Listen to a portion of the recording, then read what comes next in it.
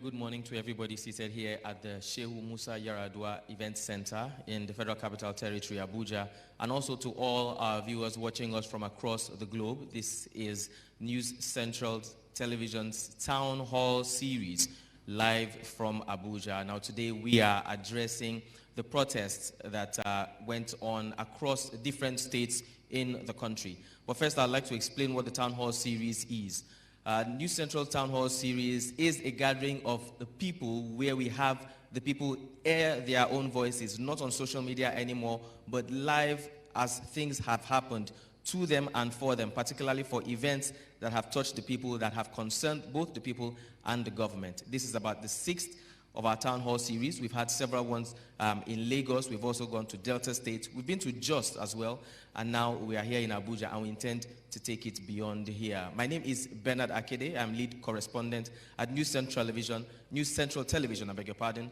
And we are in conjunction with TAP Initiative, who are our partners on this particular edition of News Central Town Hall series. We're gathered here today, again, as I mentioned, to talk about the events that took place between the 1st and the 10th of August, all well known to us, the End Bad Governance protest across the country.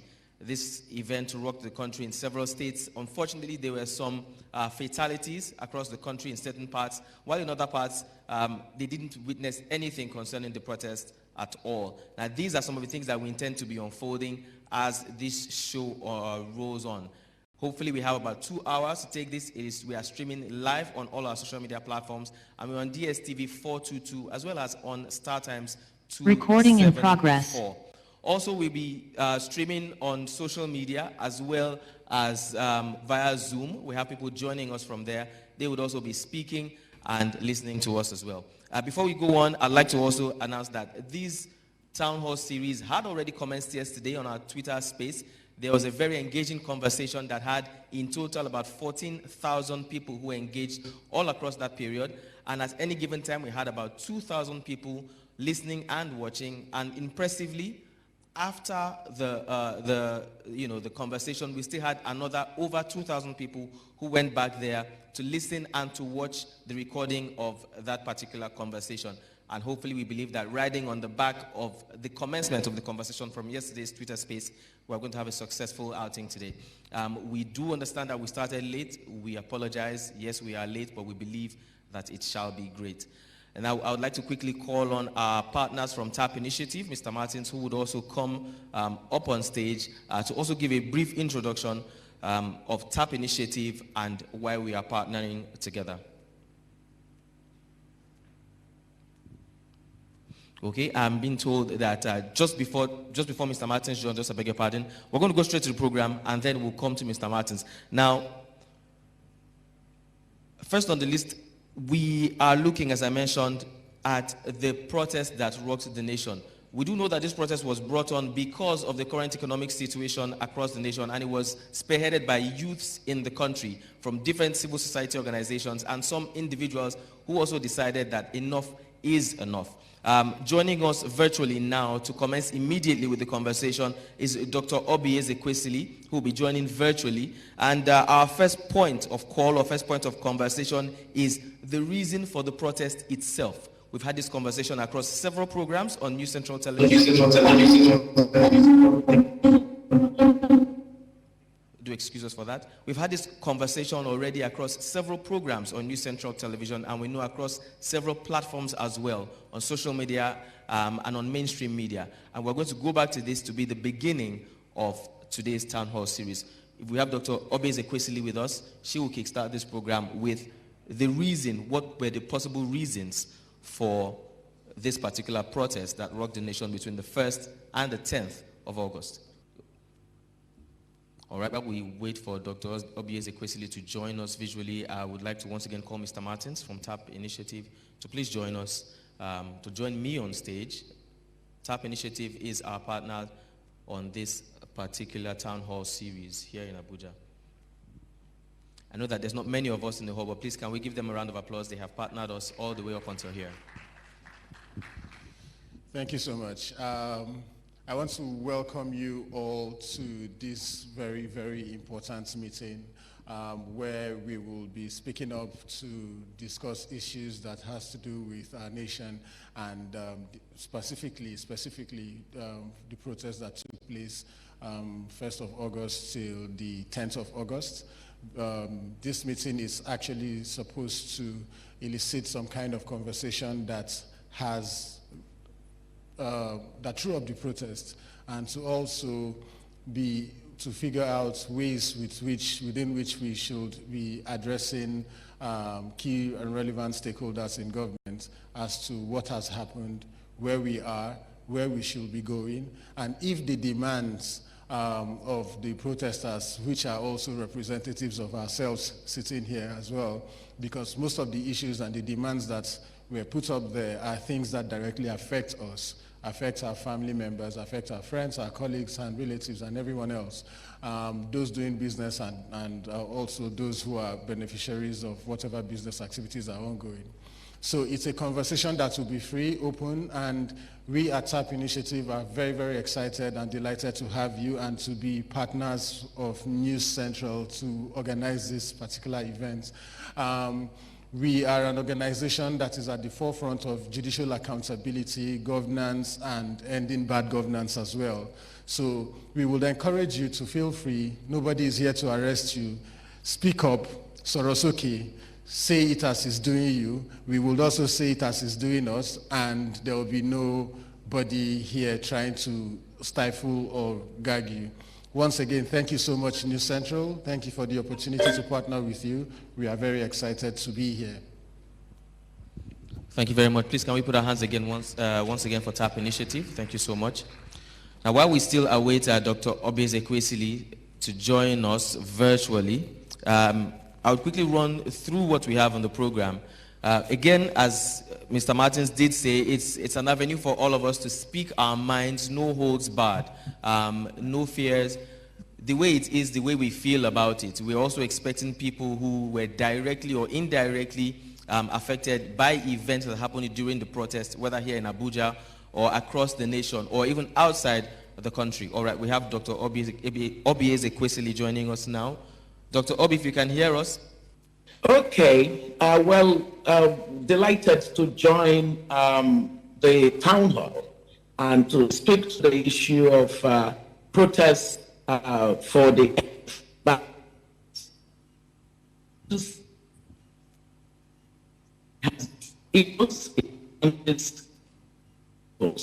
and basic expectations. And one fundamental expectation of democracy is that back to those who own democracy, that is the citizens, is core and essential to governance. Feedback is the basis of accountability. When citizens who own democracy feel gotten the governance quality that they require of democracy on any issue, they have the right to protest. And that protest is often, that right to protest is often enshrined in the constitutions of countries.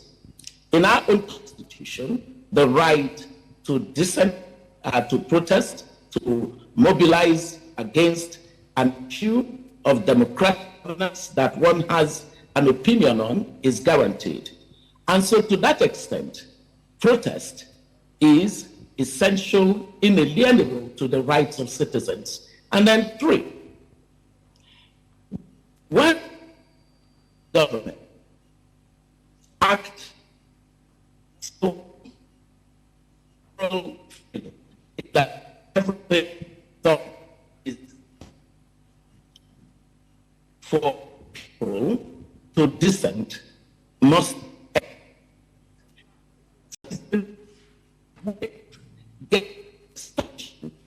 to that the to project is actually not correct, and that there are people in society who would like a better set of issues and the ways that those issues are discussed and determined. So protests are ways of letting those who want to see society and its governance better done to express that particular need. By protest, citizens alter an agenda of government that does not respond to the role that government has to improve the quality of life of citizens. Through protest, therefore,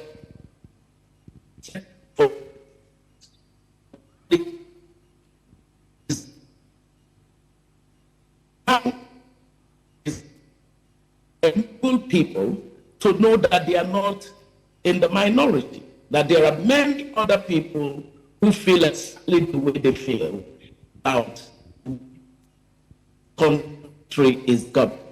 To that, therefore, protests, where sufficiently and sustainably conducted, can lead to the kinds of dialogues that begin to fix governance. Will it be a dash? Often no protests around the world that achieved the ultimate goal was a dash. It really was the fact that governments responded to their role to allow protests to happen, guarantee the rights of citizens, protesting peaceably and in order. Once that was done, and the citizens continued with their demands, the sum of my point is that the Women protest was authority for doing something hindering their well-being.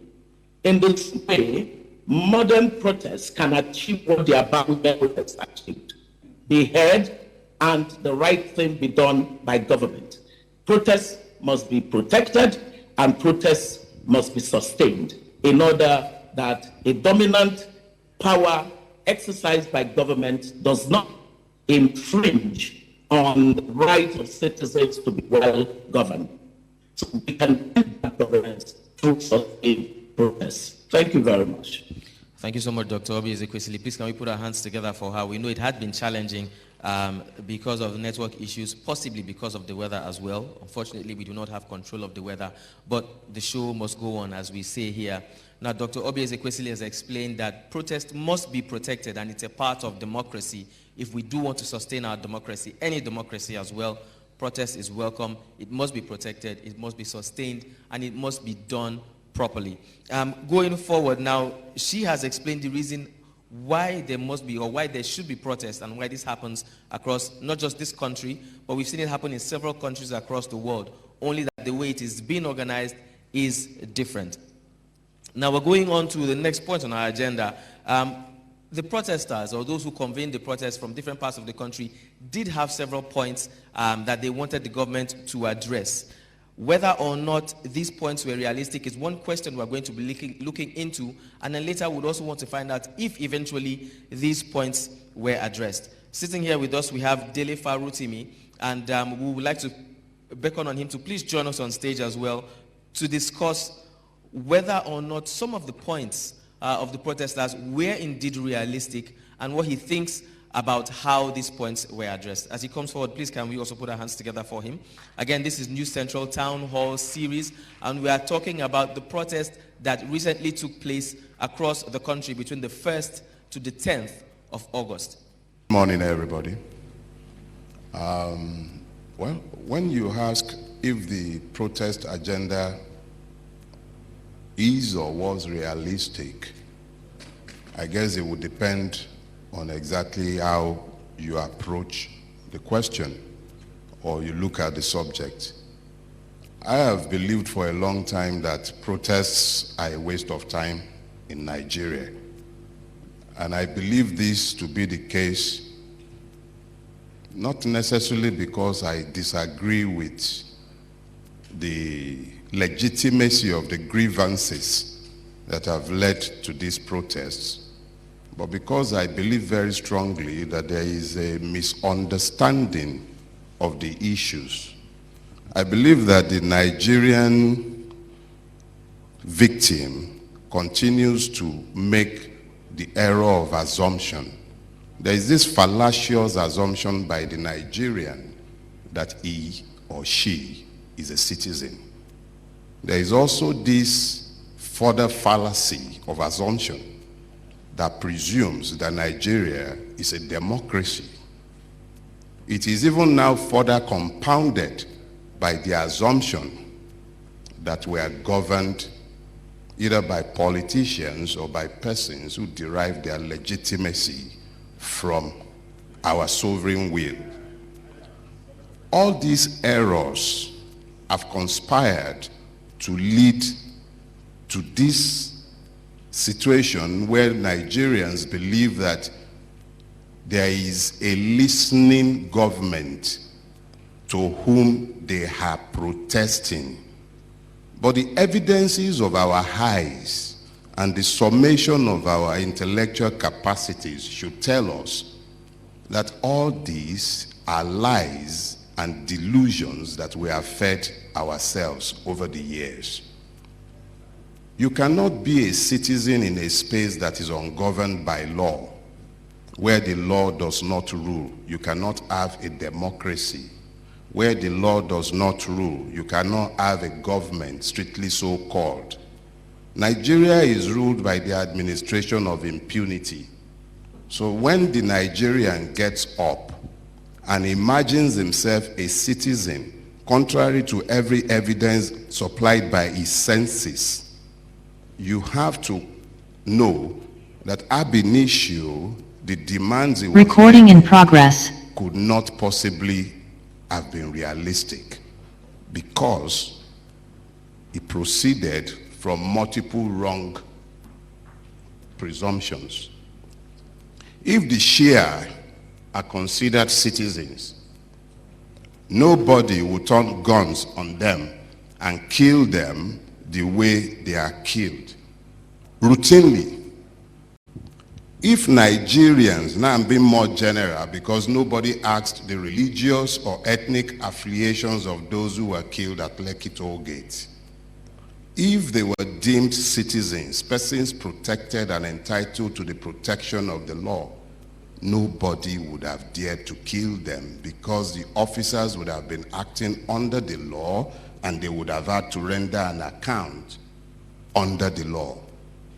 But both the persons firing the guns and the persons giving the order and even the victims themselves have no presumption of justice, even though they presume that they will be treated as citizens when they presume to protest. So that I will not continue enjoying the sound of my own voice, let me just round up by saying that the demands were very, very unrealistic. They were pleading and we are protesting to the deaf. They can't hear you and they certainly don't care.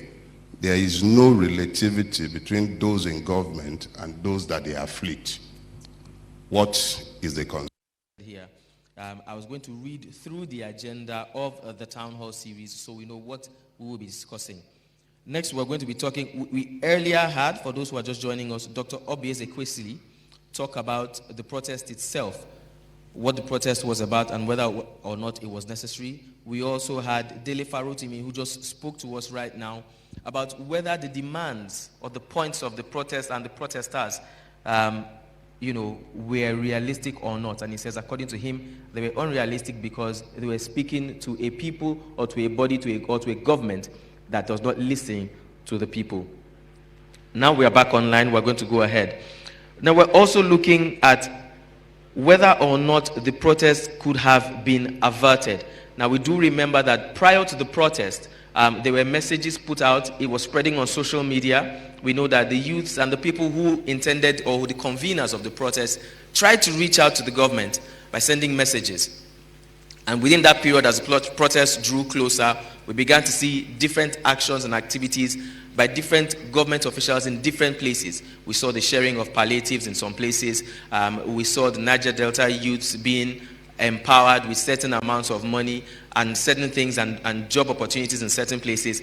And then eventually, we had the president who came out to speak after about 3 or 4 days when the protest, started. So now we're looking at whether or not the protest itself in total could have been averted by any means maybe through the address of the government, or if the government had in one way or the other engaged the youths who had decided to go forward with the protest. Now joining us to discuss this, we have Danbature. He's the Speaker of the Arewa Youth Assembly, who will be coming up on stage now to discuss whether or not this protest could have been averted by any means possible. As he comes forward, can we please put our hands together for him? Good morning, the organizers of this great event. I can see my mommy and my leader here present. My zonal coordinators all the way from Zamfara State, and Rufai Ajuji, our Northwest Zonal Coordinators, my fellow comrade, it is indeed to reach you with a great pleasure once again. I'm so happy to be here because I've been looking for this opportunity to stand before you here and set the reality on ground. What is facing what we call youth for youth. Because my challenge as the leader of Arewa Youth from the north is the challenge of my friend Chukwudi from Anambra State. The reason why I said so is because we just have a protest last few days ago. And me standing here, I said it without hiding or without hiding anything. I'm one of the leaders who lead the protest. And we came out and did our peaceful protest. What we mean by peaceful protest is for us to come and express our pains and grievances to the federal government. But just like what the speaker that just spoke here before leaving, is very unfortunate, the country where we found ourselves. We protest. Over 436 of my members have been arrested just because they came out to express their pains to the federal government. Me, myself in particular, I've not been sleeping in my house since the day of that protest. It's just because of grace of God and my fellow youth, because they always stand by me in everywhere I go.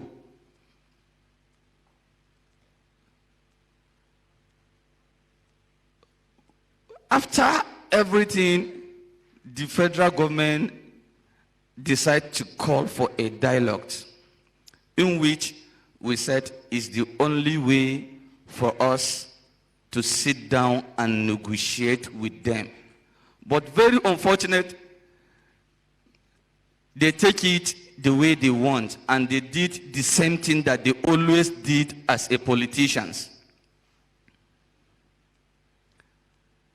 Instead of reaching out to us to face our major challenges, in which we mention it to them that those things that we came out to set in the protest, in which education is part of it, unemployment is part of it, fuel subsidy is part of it, insecurity is part of it. All those things we mentioned, none has been attained to. All we see is the Minister of Youth calling his friends to negotiate with them.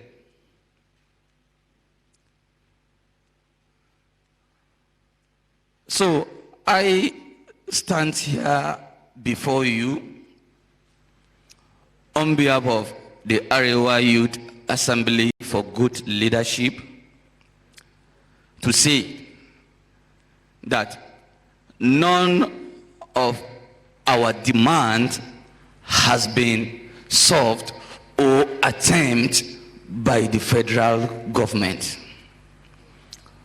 All we see is the politicians facing their colleague or inviting their friends for the dialogue, whereby abandoning the real masses that have been suffering at the local level. Lastly, before I sit down, there is what former American president said, Barack Obama, that a society that did not provide for the youth cannot protect the rich. My brother, I'm telling you, what we are facing in the north, what the youth or the poor masses are facing at the local level in the north, is not what a Nigerian citizens will face it, because we are facing a lot of challenge and nobody is even ready to listen to us. All they could do is to keep on threatening the youth. And our message is very simple. Nobody has engaged us for dialogue, and we are not giving up with the protest or any way of engaging the government or any other citizen of this country. The reason why I said so is Nigerian belong to us. Nigerian belong to all of us. So we cannot allow the politicians should keep on kicking us the way they want. Nobody has engaged us in the dialogue, and our demand has not been solved by the federal government. Thank you very much. But before you go, I just want to ask you one more question. Just before you go, I want to ask one more question now. For those who actually did follow the protest and the turn of events across the country, we could see that in the southeast there was no protest. In the southwest there were protests in certain states, but in the north, you do agree with me that most of the states in the northern part of the country had it hotter than elsewhere. Am I correct? Now, I want to ask you, it was supposed to be a peaceful protest. In your opinion, and we do hope to engage certain security operatives who will also be joining us, what do you think made the protest more violent, or would I say hotter, in the north than it was in other parts of the country?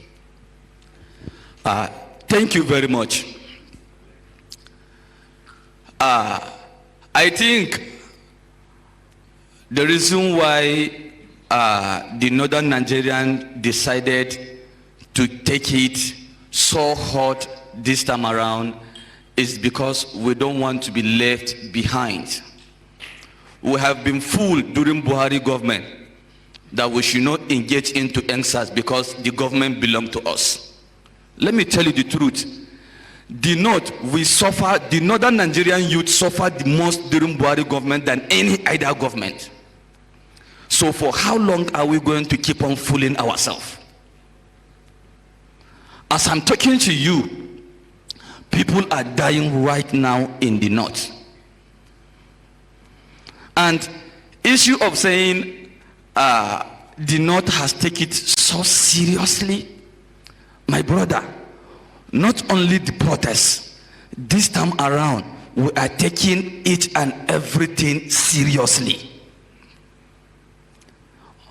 From now till the day Nigerian politicians decide to change.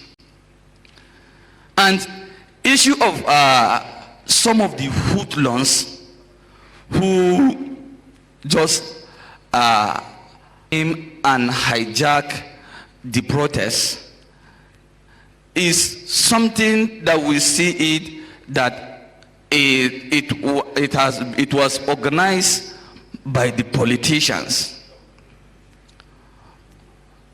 For them to come and hijack our protest is just issue of politicians trying to have their way in a way that they will stop us from continuing doing our protest. That was the reason why some of the hoodlums came in, start destroying people's property and stealing. But we say it even before the protest, that our own protest is peaceful. We write to the security agencies, most especially the police, before the protest started. So not only the protest, henceforth, in everything we will do, we the Northern Nigerian youth, we will take it very serious. And we will be the one to come out and lead it. So not only the protest, in everything we will take it serious until the government change their way. Thank you so much. And finally, as you leave, we will get to this question eventually towards the end of this town hall series. We do know that there already is some movement going on online about another protest that may occur come 1st of October. Do you think that your group would also be taking part in this protest? Have you made any decisions just yet? Yes, not only you. I've been having a lot of calls and invitation from different agencies concerning the 1st October protest. You see, what people don't know, we have one culture, we the Northern Nigerian youth. We believe in leadership. We believe in coming together to fight our common goals. And what kills us the most is that we so much believe in our leaders, and they have failed us. I've been having a lot of calls concerning the 1st October protest. And most of them want to hear, or they want to know our stance so that they will use it against us. Let me tell you, my brother, if you wanted to have a change in a government, you allow it come naturally. And that is what is happening now. So the revolution or any other good thing for this country, it will come naturally, and it's coming now. And that is what we are working on it. So for anybody to come out in a national TV and said the fearless protest is coming on so date, that person is wrong. Because why are you coming out? Yes. Why are you coming out on a social media to say so thing is happening on so date, and you are in another country saying that? You are either in England or America saying that. My colleague is there. He come all the way from Zamfara State. What we want it to happen, we want a change that it come, a revolution that it come in a natural way. And my stand here from the north is the stand of Chukwudi in Enugu, because they keep on deceiving us. So, either 1st October or today, if it is time for the revolution, it will happen, and we are ready.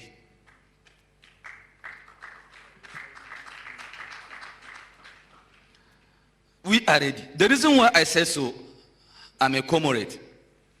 And whenever we wanted to do anything, I lead. During the protest, the reason why I came out myself to lead is for us to have a peaceful protest. Because I know whenever the protest fell, they will come on me, they will come after me. So I faced a lot of things during that, and I will make sure it happened in a peaceful way. So my brother, issue of 1st October is not something that we will disclose it everywhere.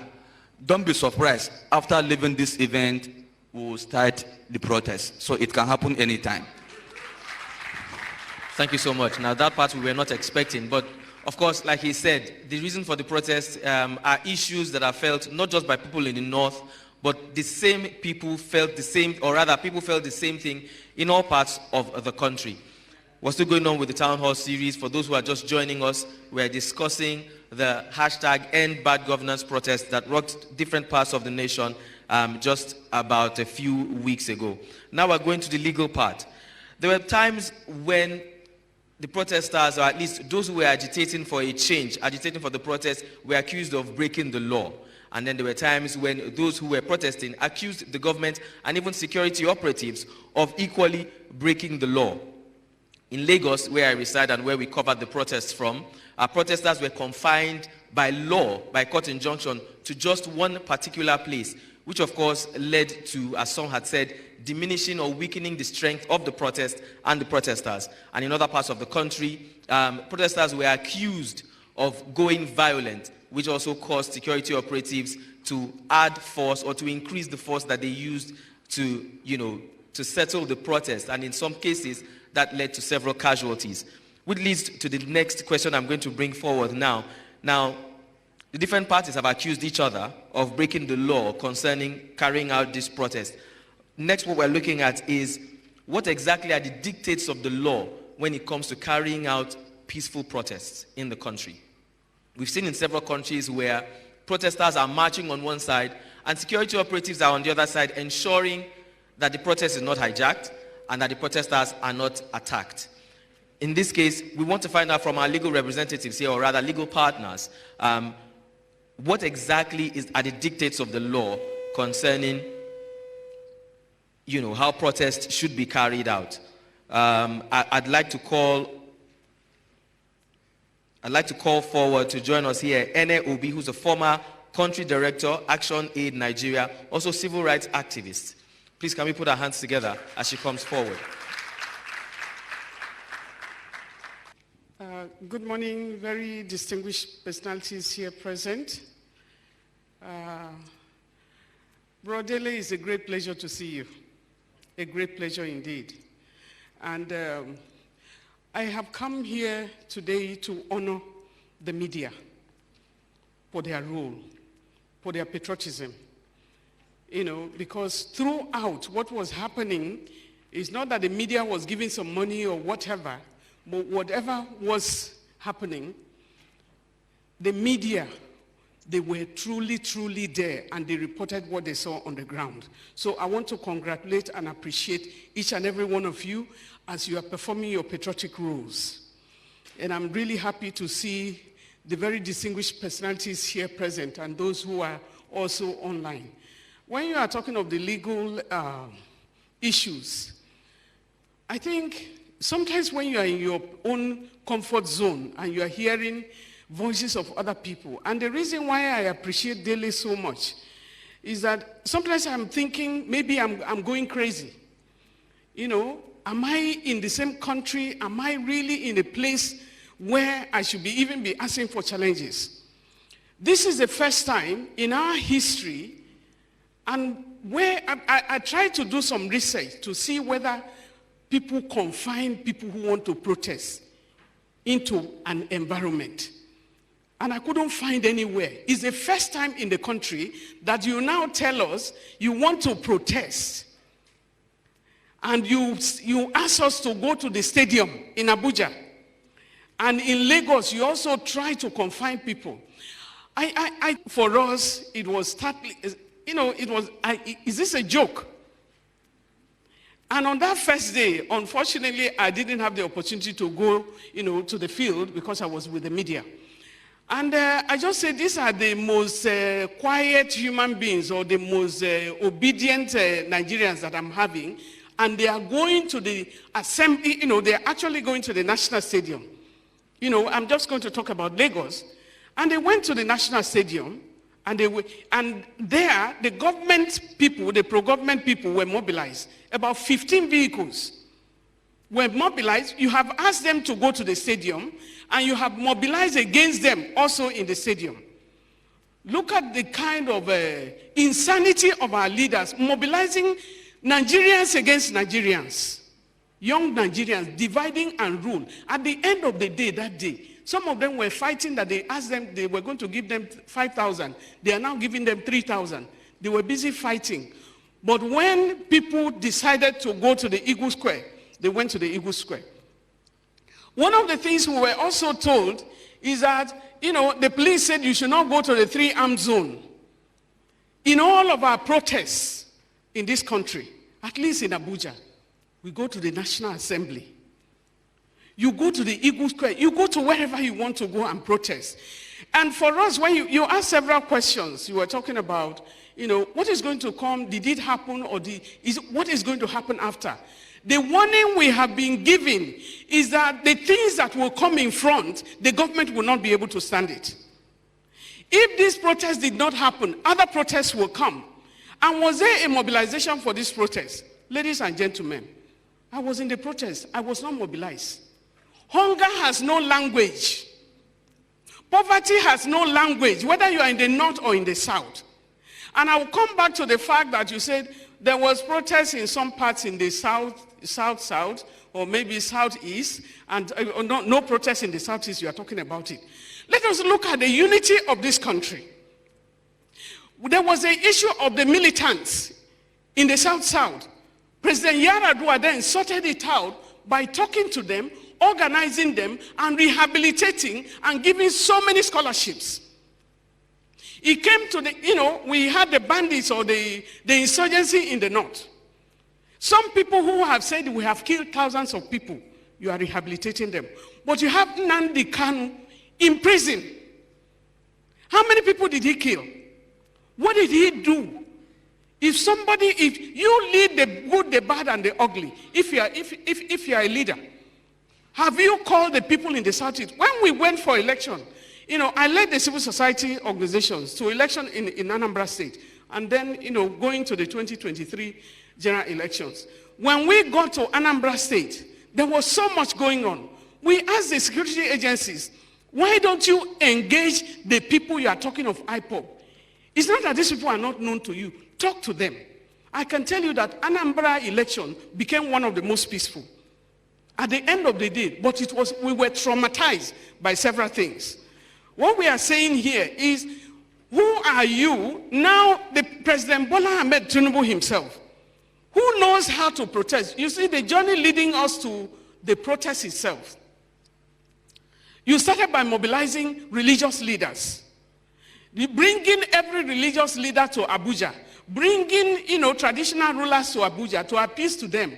And some young people came out and said, nobody can protest in Abuja. Nobody can protest anywhere. We have demystified that. The language of Conga, if the president can get up one day, he even forgot his speech on the inauguration day. He came up and said, subsidy is gone. What is a subsidy? We have 4 refineries that are not working. And then you take our crude outside and bring it back, and the poor had to pay for it. So when you tell me that subsidy is gone, I do not understand what you are talking about. My first work was as an assistant general secretary at the Nigerian Labour Congress. So I know all the issues about subsidy. So we have an NNPC without a refinery, a working refinery. Every year they have been putting a budget for the refineries in Nigeria, in the 4 refineries. When you are producing, when you are refining oil, The byproducts for petrochemical industries, there is so many. We have the youth bulge. I always say that population is a blessing. It's not a cause. If you have population, in other climes, they are lacking population.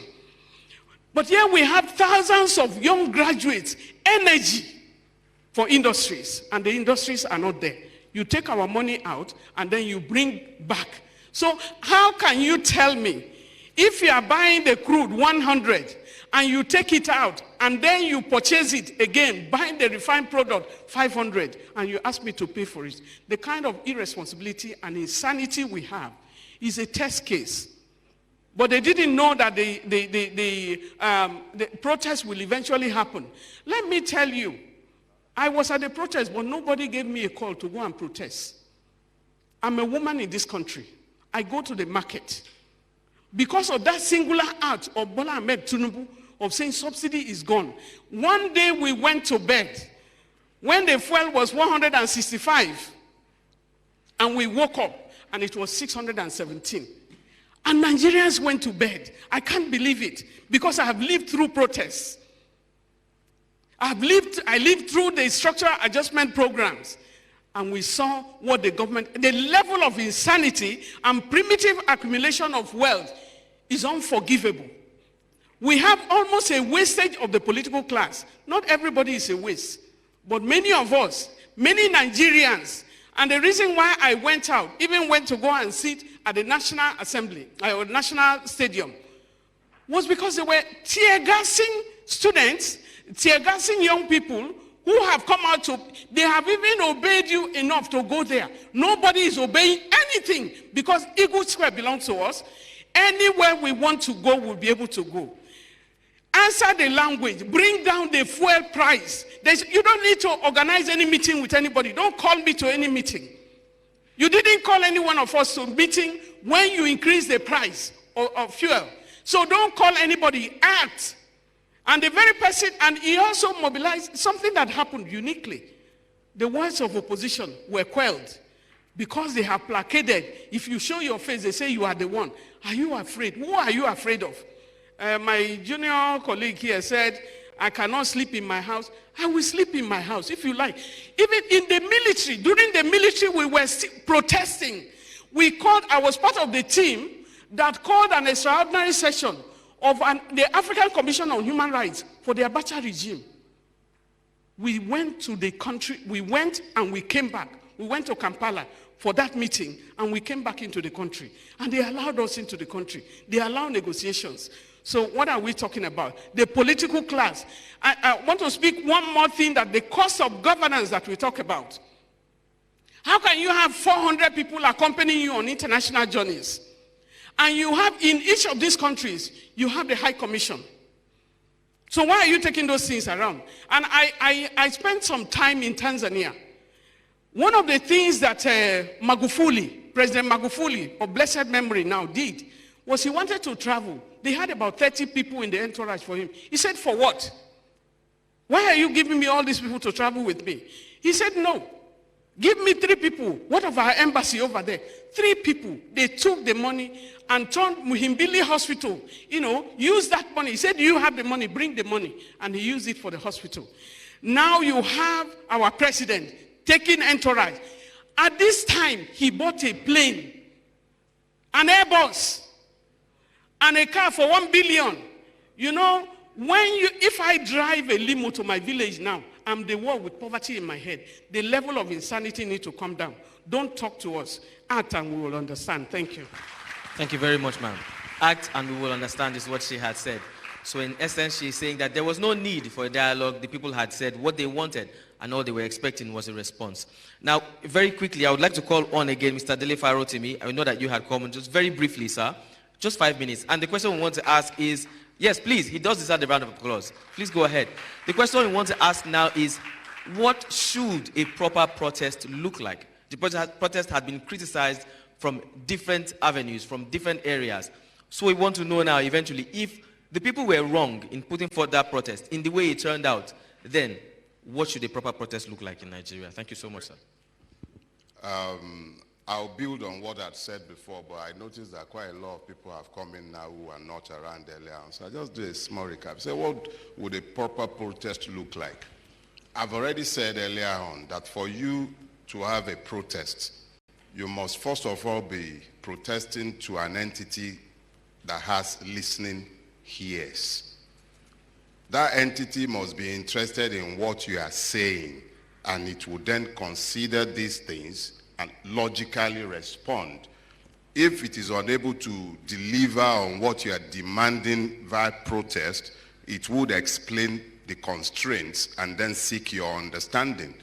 But as I have said earlier on, Nigerians are not citizens. So when you are talking protest in Nigeria, it is actually based on the delusion of citizenship. So what the Nigerian can do is not a protest. What the Nigerian can do is what everybody who is pushed to the wall is expected to do if they are still sentient beings. That is the point where you draw a line and you tell the oppressive force, this is where I stand and I am not moving from this point. But for that to happen successfully in a space like Nigeria, where the people have been deliberately and systematically divided along ethno-religious lines in order to weaken their solidarity, the first thing you need to do is to clearly outline the purpose of the protest. And I'm using the word protest advisedly now. You must make the cause clear. The man on the street who will be constrained by your protest or sit at home must understand the basis. He must have an understanding of your plan for the day after the protest. When my brother from northern Nigeria was speaking, there is something that a lot of people have not paid attention to. The Nigerian government is generally happy for protests to happen in southern Nigeria because it was always certain that it had compromised the northern Nigerian streets. I am 56 years old. This is the first time in 37 years that northern Nigeria is part of a national conversation for change. General Badamasi Babangida took a conscious and deliberate decision after the SAP riot of 1986-87 to divide and weaken the solidarity of the Nigerian people. Fraternities that were already present in universities in southern Nigeria were turned into violent cults. They were encouraged to become more militant. State security services of all sorts infiltrated campuses. In northern Nigeria, the Muslim Student Society that had always been there had radical strains infiltrating it, so that it became impossible for the Nigerian student movement to call a protest across the country. There was always a basis for disunity. The Nigerian Bar Association became a target. Since that time, I believe it was Akpangbo that was the first to be compromised amongst his many presidents. He became the Attorney General of the Federation. So each and every one of the critical instruments of states and institutions that could call for the unity of Nigerians and that could have made them act in concert with each other were attacked and destroyed. And until this year, I had not seen northern Nigeria be part of any conversation for change in Nigeria. So I welcome you to the table and I thank you for coming in. But there is something that I must say to bring this to a close. You have a duty, and that duty is to ensure that you provide leadership to the people you have awakened. A lot of people have worked consciously and deliberately to awaken northern Nigerian streets, and we are very happy to see you come out. If you recall, about 5 years ago, I said specifically, I said the Nigerian revolution will start in northern Nigeria. That was at least 5 years ago. My reason for saying so is the knowledge that northern Nigeria is the most afflicted part of Nigeria, but it had been kept supine because of religion. It had been weaponized against the people, and it had been used as a tool of stupefaction. And what has happened is that the political and economic class have kept the people underfoot, and they are responding violently, because even though you are providing leadership to a subset, there are other people who are not captured in that leadership deficit. And that is why we were seeing sins that would only work against the purpose that we seek.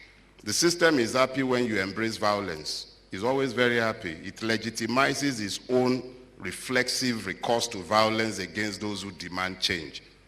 So if you are protesting in Nigeria, always keep in mind that the person to whom you presume to protest is incapable of hearing you. But be clear about your own demand. Make sure that the people on the street understands what the script is and stick with it. That's the only way to get anything to change in Nigeria. Thank you.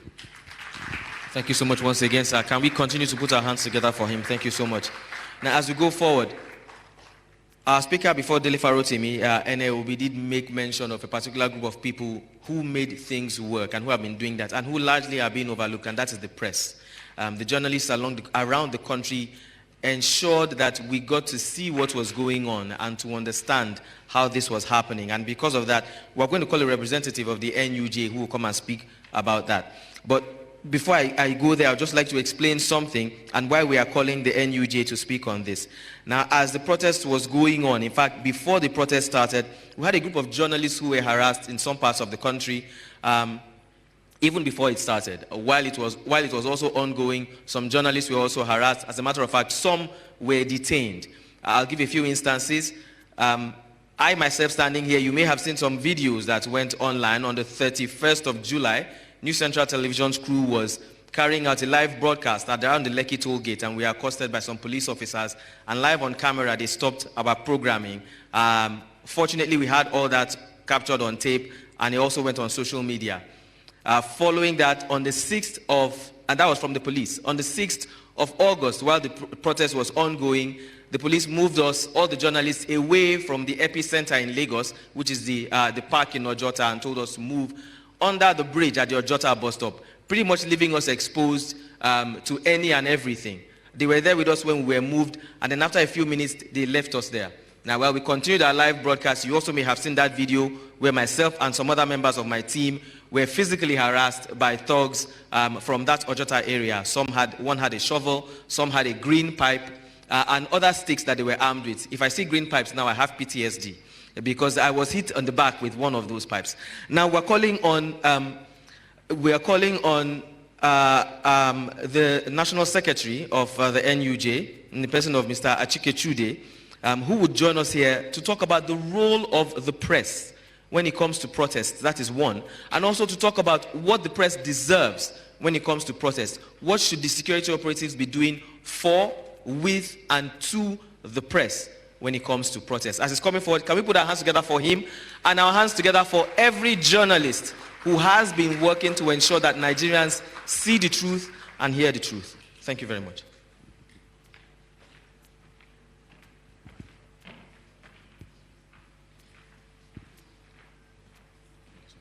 Yeah, thank you very much, New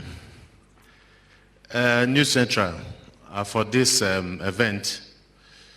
Thank you most especially for the very young people that you have invited to this forum, because the future and the present is also about them, perhaps more critically so. It's good to continue to engage them at all levels.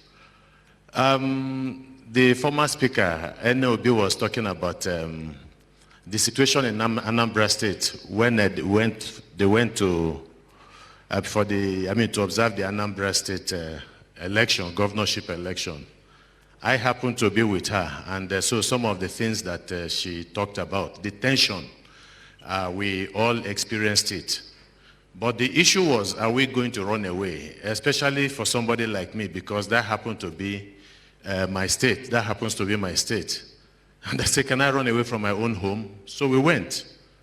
And then we saw, and hopefully we conquered. Then Juwon, that is seated here, I needed to say a bit about him. If you can kindly stand up a bit, please. I'm sorry I have to embarrass you. He has been in prison for some time. They call him a prisoner of conscience. And I think that that is a very noble thing indeed. If you can be put in prison for speaking out your mind, for standing up for your own truth. So there are people that are ready to do whatever they can for their own society, for their own country. Funnily enough, you're talking about the media and my role. You know, I have maybe double, triple role. Because these protests, I have been part and parcel of it for a very long time, even before going to the NUJ. So perhaps as the chief scribe of the NUJ, I might be a little bit restrained. I might not be truly in my element because I speak for a lot of other people who are also bleeding because their country is bleeding. When the protest started, we got in touch with all our councils across the country, and we wanted to know what was going on in the field. We were monitoring. And so they were giving us information about the treatment of the media by the security forces. And I think it was a bit, maybe a coincidence that the very first person that appeared on the list of those that were brutalized by the police happened to be from New Central, Bernard Akede, who is also a friend of mine. So when I saw his name as number one among those journalists that were brutalized, I just smiled to myself. So the next time I spoke with him, I said, Bernard, are you registered with Nigerian Union of Journalists? He said, I'm trying to do that now because he saw the NUJ stand up for him. So I think that that should be a lesson for everybody here. We should stand together. We should identify with the apex journalism body in Nigeria. We have your back. And we made it very clear. You know, the issue, why is it that even the framers of the Constitution, as bad as the Constitution is, you know, recognize the role and the duty and responsibilities and obligation of journalists? Because it has been said that if you want to understand the level of freeness in a society, you have to look at the level of freeness of the media. If the media is relatively free, then you can say to some extent perhaps that the democracy is a little bit free. But we have seen the level of oppression and repression of the media in this country. In fact, if going by reports, journalists in Nigeria are among the most challenged the world over. And the intimidation and the harassment of the media, of journalists, stopping them and preventing them from practicing their profession, is among the highest in the continent. So many of them have been killed. So many of them are arrested and incarcerated. So what you have, and you ask yourself, you know, and this is an indication of the shrinking civic space in the country. So what you're seeing really is what I'll call the liberalization and democratization of intimidation and harassment of journalists in this country. What do I mean? In those days, it used to be within the purview of perhaps the police and maybe the DSS. Whenever they have a disagreement with certain people in the media or certain media organizations, to be the ones to carry out actions, repressive actions against them. But nowadays, it has been liberalized. The governors have gotten into the act. So you write anything that is critical of a governor, a civilian governor for that matter, the next thing is that you are picked up and you are locked up somewhere. You write something that is critical of security forces, whether the army, the police, maybe an IG somewhere gives order, and then they pick up a journalist. The same thing at the level of the military. So everybody has gotten into the act of intimidating journalists and the media. And that absolutely is unacceptable, and we have made it very clear to them that we no longer tolerate that situation where people can no longer express their opinion. It's a fundamental right. One of the major rights, the first Bill of Rights, that people have a right to hold an opinion and to express an opinion. But Barrister Farotimi said something which is very true. You must understand the context under which you are operating. You must understand the nature and character of the state itself that you are confronting. But the reality, truly, and let me, that brings me to something. When this protest was to take place, the government was panicking, we know. They were calling people like Ene Obi, said. But you know, there was something, a thread that ran across every single one of them. I can't remember any one of them saying it was illegal or illegitimate to do a protest. Not one. From the Senate president to the governors and the rest, they didn't want it. They didn't like it. They were afraid of it.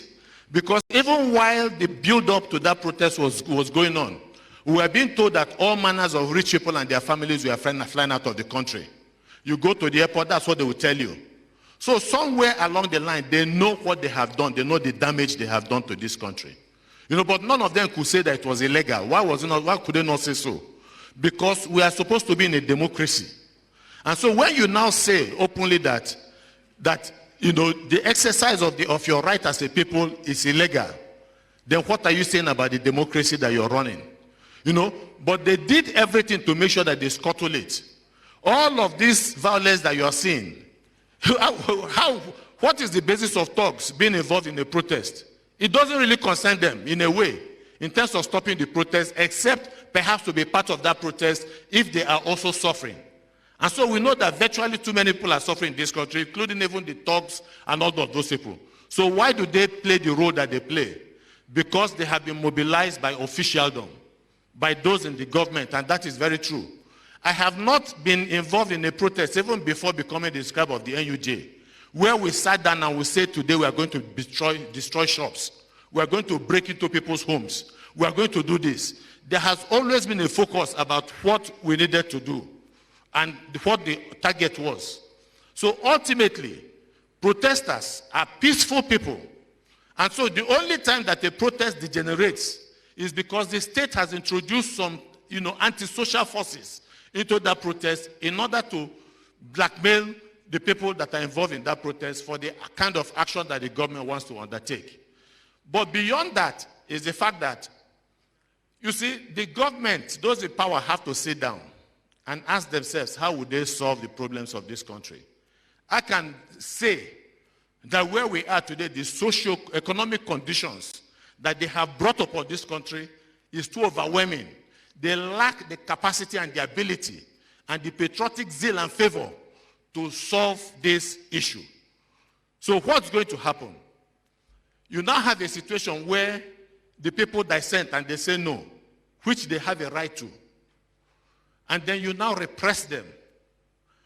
It can only bring more resistance from the people and then more repression. More resistance, more repression until the things get out of hand. And the reality is that, go back to history.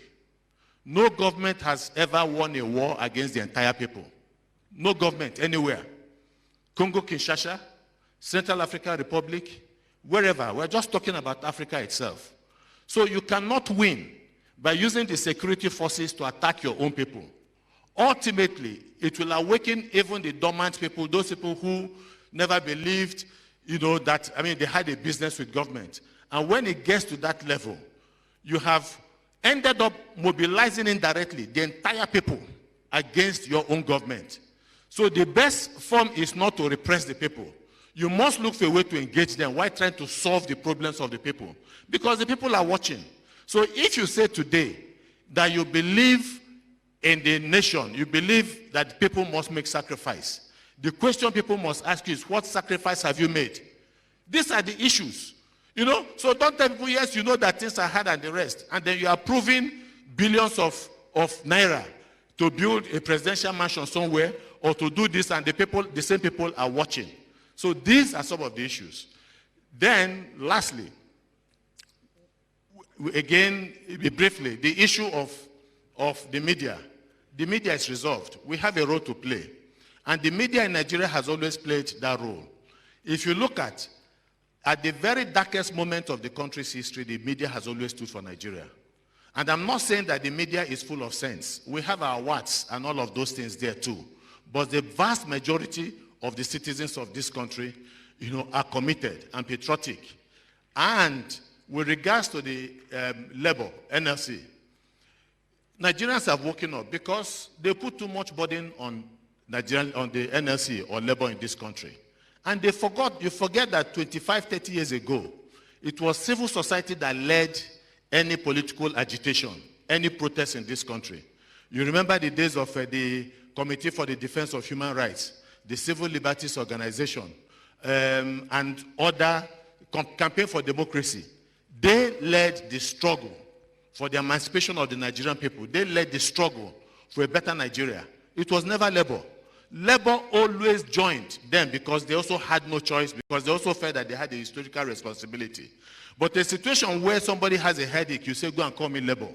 Somebody, there's a problem somewhere, you say, go and call Labour to solve it. And if Labour doesn't solve it, then you say that the Labour has sold out. That you needed to get out of it. You needed to take matters into your hands because it is your country. And that is what Nigerians have done. That is what the young people have done. Not everybody has the opportunity and will ever have the opportunity to leave this country. Even those who have left this country, go and check. Many of them did not live with clear eyes, using local parlance. They feel bitter that they had to sell everything they had in this country to be able to go abroad. There is no place like home if your home is working. And that is the very truth. So you will always have Nigerians here who lack the capacity to run away. What do? They have to fight for a better life. And that is what they are doing. It is for the leadership to either continue to encourage them to fight by continue with the misgovernance and the corruption that is going on, or that they beat the path of retreat and look for ways to genuinely begin to solve the problem of Nigeria. It cannot continue to seek a recourse to international institutions, the IMF, the World Bank, to solve the problems of Nigeria. Because everything that they have done so far from last year to this year has been on the basis of the recommendation by people who sit in Washington and other parts of the world to tell you that this is what you have to do to solve the problems of this country. Now those problems have not been solved. What has happened to those people? Africans must look for a way to solve their own problems. Because, seriously, they are not interested in solving your problems here. Because the more the crisis, the more they continue to benefit from the crises that are going on in your own country. And this is the truth. Thank you very much. Thank you very much. Please, can we put our hands together for him again? Now, while Achike Chude was talking, he did mention Juwon Sanyaolu. I'm glad we have him back in the room. Juwon Sanyaolu is the person that Achike Chude said was apprehended by security operatives and was in prison. Juwon is the national coordinator of Take It Back movement. And at this point, I would like to call on Juwon to come and join us, even if it's just for 5 minutes, to come and tell us exactly what happened, how he was apprehended, and what happened while he was incarcerated. Juwon, please come forward. Can we please put our hands together for him? We've read stories of journalists, of persons, of activists who have been apprehended. We've heard stories of where they were taken to. Some of these stories, some of us do not know whether they are true or not, whether they are real or not. The reason for this town hall series is to bring people who have directly or indirectly been affected by some of these things, have them tell their stories in front of us so we know the truth. Yeah, thanks a lot. And let me especially appreciate our new center for putting together this conversation. And I think it wouldn't have been much more apt, especially at this time. And special appreciations come with Achike Chude. Yeah, I sincerely appreciate that. Yeah. I want to say, I think various speakers have made comments with regards the way the Nigerian state tries to divide us along ethnic lines. And I particularly love how Dele Farotimi went straight into how Babangida began this process, especially with the students' movement. I want to say that it is the dividing Nigerians along ethnic lines. It's actually a state policy under Tinubu's government. And I witnessed it when I was abducted on June 11, this year, in a bid to prevent a nationwide protest of June 12. And I use my word carefully. It was an abduction. Because before the first thing they did was to abduct someone who is very close to me in a bid to force me out in the middle of the night. So the Tinubu's government is not only going after people who are protesting, it equally goes after their families and loved ones. That is how degenerate this government had become. And while I was held at the state command in Lagos, right at the Commissioner for Police Office. They were asking me that, when you see Bayo Odonuga's tweets targeting specific section of the country, the Igbo people, targeting them for attack, and with the view to scare them off protest and scare everyone from protest. If you are not from the southeast, say if you are from the southwest, you say, they were only coming for the southeast. So that when I was with them at the State Command, they were asking me that, where am I from? I said, I'm from Ogun State. That I'm an indigenous of Ogun State. So why am I protesting in Lagos? Why am I not protesting in Ogun State? It is that bad. During this protest as well, we had people who came all the way from Songo. They came down to come and protest in Ota. A DPO of a police station around that area who came to disrupt that protest in Ota was asking protesters that there are people from Songo. Why are they not protesting in Songo? Why are they protesting in Ota? It is very strange. So the divide and rule tactics of the Tinubu government, especially dividing people along ethnic lines, is a state policy. And Nigerians must be clear about what the aims are. And the aim is actually to ensure that we are not as organized as we could have been to challenge them. And I should say that I think someone mentioned the fact that there wasn't protest in the southeast. And I want to say that the government is actually happy that there was no protest. The government was happy because the essence of throwing all of these ethnic bans is actually to achieve a situation where the entire country is not united about specific demands. So let me say, we are practically in a regime. We are in a regime that is completely intolerant to dissent. And which is why, when I listen to some of them, when they keep mouthing the fact that, the reason they are going after people, especially those who are waving flags, is because of some fear about that some people are spreading the ideas of military rule, that they are advocating for a coup in Nigeria. And the next thing that comes to my mind is that why won't people, in as much as some of us are vehemently and opposed to military dictatorship, why won't people call for, as a matter of most of the people who are protesting today, most young people did not experience military rule, right? And on the average, people who are on the streets protesting, they are 25 years of age. They were born practically perhaps in 1999. So many did not experience military rule. They did not know what it looks like. But they have come to recognize dictatorship. And unfortunately, the dictatorship they witnessed was under so-called civilian rule. Buhari and most especially the Tinubu's government, that does exactly what every dictator does. Abducting journalists, abducting critics, violation of court orders. These were some of the things these were the egregious crimes that have been committed even by the government of Tinubu in 1 year. Today, a government that says that it wants to dialogue and even mobilizing several people to blackmail protesters. The protesters should come to the table, protesters should come to dialogue.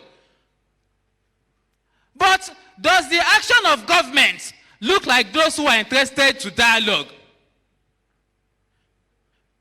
Today, hundreds of persons are clamped down in different prisons in the north. In Abuja, several persons, including Michael Lenin, Pidom, and several other persons, hundreds of them, they are in prison. I think about 124 persons, including minors. They are in prison here in Abuja. And the government shamelessly went to get a court injunction against minors, against protesters, saying they want to overthrow they want to overthrow government. Do people overthrow government with flags? When Buhari overthrew government, did Buhari overthrow a civilian government with flags? And people who complain or use the flags as a justification for the ongoing clampdown on protest, these people most of them have multiple passports. They are citizens of they have different passports. They build hotels that have several flags there. Maybe we should start shutting down their hotels and charging the owners, which is some of them, for treason. But of course, poor people can be charged for treason for hoisting different flags, whereas rich men who are senators can hoist foreign flags in the luxury hotels they built. So in identifying with what Comedy F said earlier, indeed we are not citizens. But we have a duty, and that's the truth. We have a duty as people to assert our citizenship. We have a duty to tell the government that you are not our leader. You are supposed to be servants that serve us. That is exactly what the order of things must come to be. And it's the reason our organization has been clear about what we are going to be doing come October 1. It's why we have said, look, Nigerians, as a matter of fact, and I like the position pushed by our comedian Ene Obi. I can't remember his name now. Look, protests and resistance really have no dates. If we decide we can start this action today, and if we decide we can start the action on October 1 or wherever, as a matter of fact, when the 10 days, August days of protest started, people had even started protesting before August 1. So the Nigerian people at whatsoever time can decide the date they want to be free. And that time can be now. Thank you. Thank you very much. We'll also be hearing from another member of another civil society group. We have Hamzat Lawal. She's the convener of Connected Development. If Hamzat is here with us, please come forward. Now at this point, I beg your pardon. Please let's still put our hands together. At some point, we'll be taking the microphone round, and that's the essence of the town hall. Not just to have certain people come forward to talk, but everybody, as much as we can take, or as many as we can take with the time that we have available to us, will have the chance to speak on how the protest has affected them or had affected them or family members, and what it is that they expect. Please come forward, sir. Can we please put our hands together once again for him?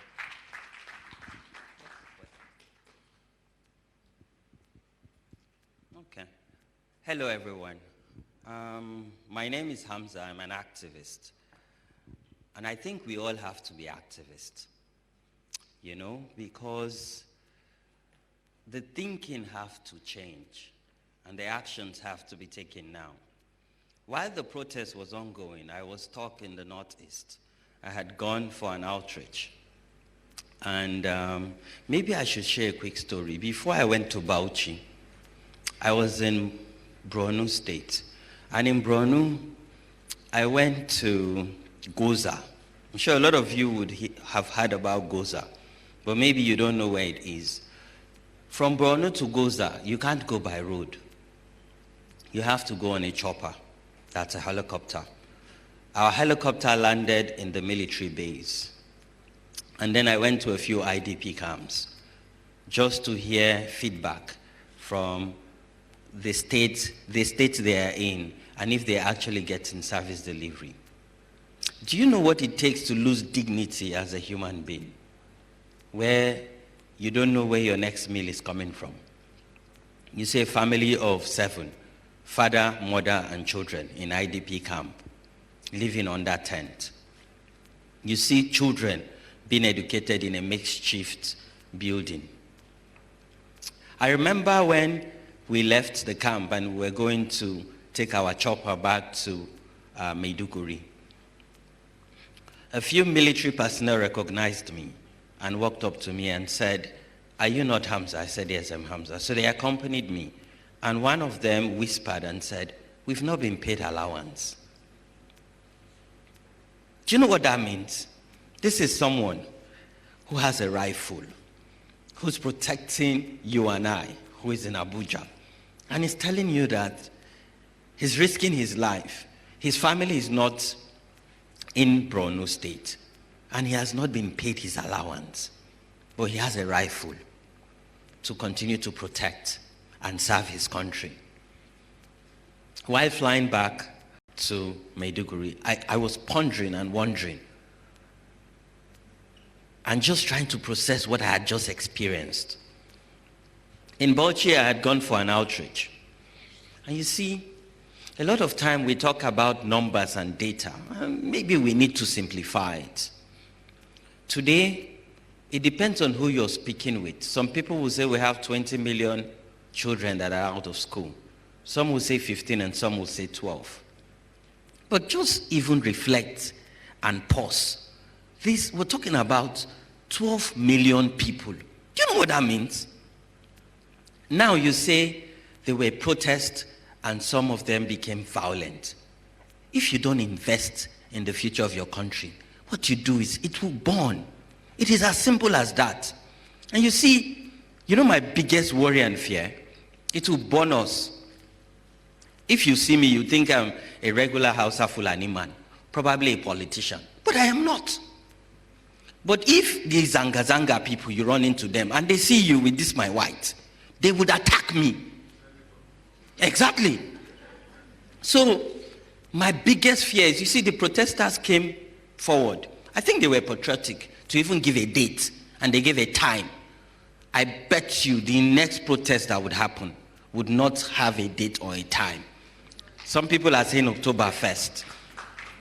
Now, if you have a car, before now, 12,000 naira will fill up your tank. If you earn 18,000 naira before now, 5,000 naira would survive. You'll survive on 5,000 for public transport, irrespective of where you are, even if you're in Lagos or the Southeast or in the North. Today, if you earn 30,000 naira, it would not be enough for public transportation. Now, if you go to the market, I go to the market, you know, with 30,000 naira, literally you can't find what you buy. A bag of rice now is about 68,000 naira. So you see, there are different prices. The last one I bought, that was what I paid. But everything keeps going up. You know, when you go to the shop and you ask for a price, most time you turn back because of the price, because you're angry. And then you go home and then you decide, okay, let me just go and buy it. The price would have changed within a few hours. Now, let me tell you what happened recently. And for those of you who go to supermarkets or go and buy medicine, a lot of people don't buy medicine anymore. Just join the queue in some of these popular supermarkets. When it gets to their turn and they bring forward the prescription, they can't afford it. Medicine is so expensive. And then they just collect the paper and walk away. A lot of people now are patronizing agbo sellers and hoping for God. But I think God has given us every single thing. As a people and as a country, we literally have everything. I'll tell you, I've been to the 36 states. As an Aboki, if you like to call me so. I've been to over 450 local governments. And in some of these states and local governments, I've slept there, I've lived there. You see, Abatete in Anambra, or is it Karanamuda in Adamawa? And I went by road. There is nothing as different as the people I've met. Everybody have the same concerns. Education, healthcare, access to safety net, access to jobs. You see, when we look at statistics, and it shows numbers of unemployment, the numbers of inflation, it is people we're talking about. Because sometimes when you hear this data, you might get confused, and you hear 33%. There are millions of people. Do you know that that word subsidy has gone? It did two things. It made people plunge more into poverty, and it made some people very rich and wealthy. Do you know that some people knew before that time that subsidy would go on that day because of their privilege and proximity to power? I know of some people who got tanks and saved PMS fuel just to make much profit from you and I. Again, I'll ask us collectively, and before I hand over the microphone,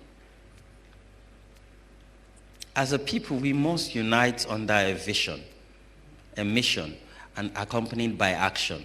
But to do this, you must have knowledge and information. And for me, how I get my knowledge and information is, where is the money going to? Because a lot of money is going on, but where is it going to? They say they removed subsidy, and from the last FAC allocation, they shared close to 3 trillion. But where is the money? We can't feel the money. They say we're saving. Where is the saving? Children are still being dropped out of school. Families can no longer afford 3,000 naira, 1,005, just to pay for examination levy. Because you see, government will say education is free. You know, our politicians are so smart. Everything is free. But there are hidden charges. So guys, I think that what is important is, and what democracy have allowed us, we cannot be silent. See, now is not the time to keep quiet. Because if we keep quiet, it will continue to get bad. At least you and I have education and we have a bit of exposure. Have you sat down with an average thug before, or a motor park tout? I've sat down with these people.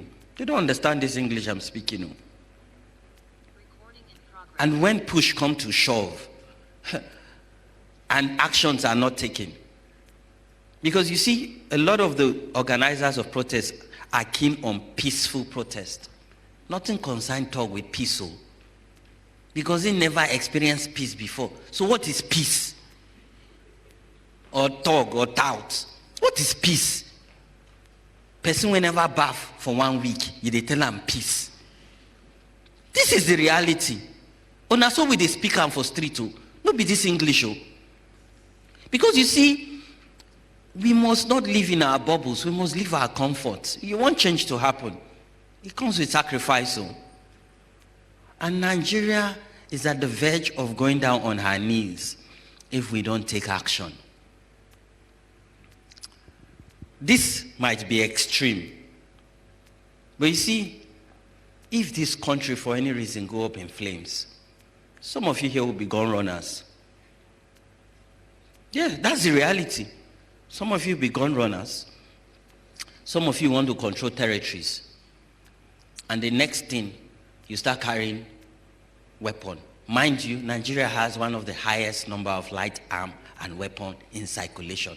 In short, when you speak to your neighbors, some of them have pump actions and they have license. It's just one light. You see your neighbors, you'll be wondering, is this actually the neighbor that we used to interact with? And I pray we don't get there. But then again, we've prayed enough. We have prayed enough. We need to take action. Thank you. Thank you very much. We are still hearing from other activists and other members of civil society organizations. We have Jonathan Abang, who is the coordinator, Take It Back movement, all the way from Cross River State. Jonathan, please come forward if you're with us. Thank you very much. And I'll just use this opportunity to remind us we are streaming live on YouTube, News Central Television, on all our social media platforms, Twitter, Instagram, and Facebook as well. We're also on DSTV channel 422. Please can we put our hands together for Jonathan as he comes forward. We are still talking on the end bad governance protest that took place. The way forward now is what we are looking at. There have been talks that another protest might occur on October 1st, but now we are hearing that it may not even have a time or a date. Jonathan. Thank you. My fellow Nigerians agree to that. The name is actually Kyomi Ashola Shomashi Bajimokon Washeshi. Yes. I'm a bit from the semi-Bantu stock, and we name children based on what happens as at the time they are born. And when I was born, due to the circumstances, they said, look, we have to really reason before we take any action. A lot has been said so much about this protest, but I will say one thing to all of us gathered here.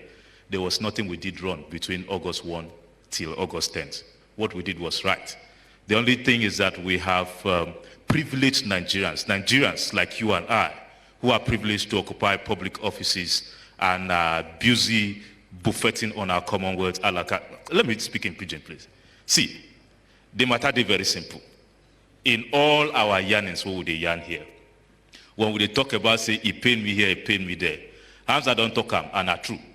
If you come off from Pategi, go Milebokwe, go Bokos, go Biu, come back Calabar, anywhere where you go for this country, now the same Kasala, now the boss. However, there are certain things that we must take into cognizance. Some of the wins we recorded between August 1st to 10th, and which, of course, is the fact that we managed to get a message across to these individuals. I believe some of our friends from the SSS and DIA should be here. So that recording in progress. This message will be taken back to their commanders and their bosses. State capture is almost complete in Nigeria. What is left is just the voices of the masses. And that is the message we passed. We must congratulate ourselves for that and tell the little Napoleons, apologies to Professor Chidi Odinkalo, as he will always call them, the little Napoleons who are occupying public offices, we should let them know that whatsoever it is, no matter how bad, no matter how much they try to force paramilitaries and the military and the law enforcement agents on us, we are still going to stand our ground. But very quickly, we must also say one thing that my friend over there who spoke about the respect for leaders in northern Nigeria, I will tell you one thing. The respect you have for most leaders is part of what some people call social conditioning.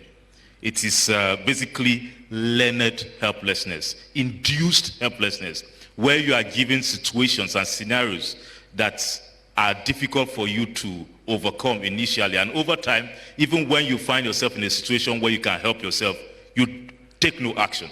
That is what majority of Nigerians are suffering right now. Over time, they use arrest, they use intimidation. It used to be slamming defamation suits against journalists, but now it is treasonable felony. It is terrorism, financing, and what have you.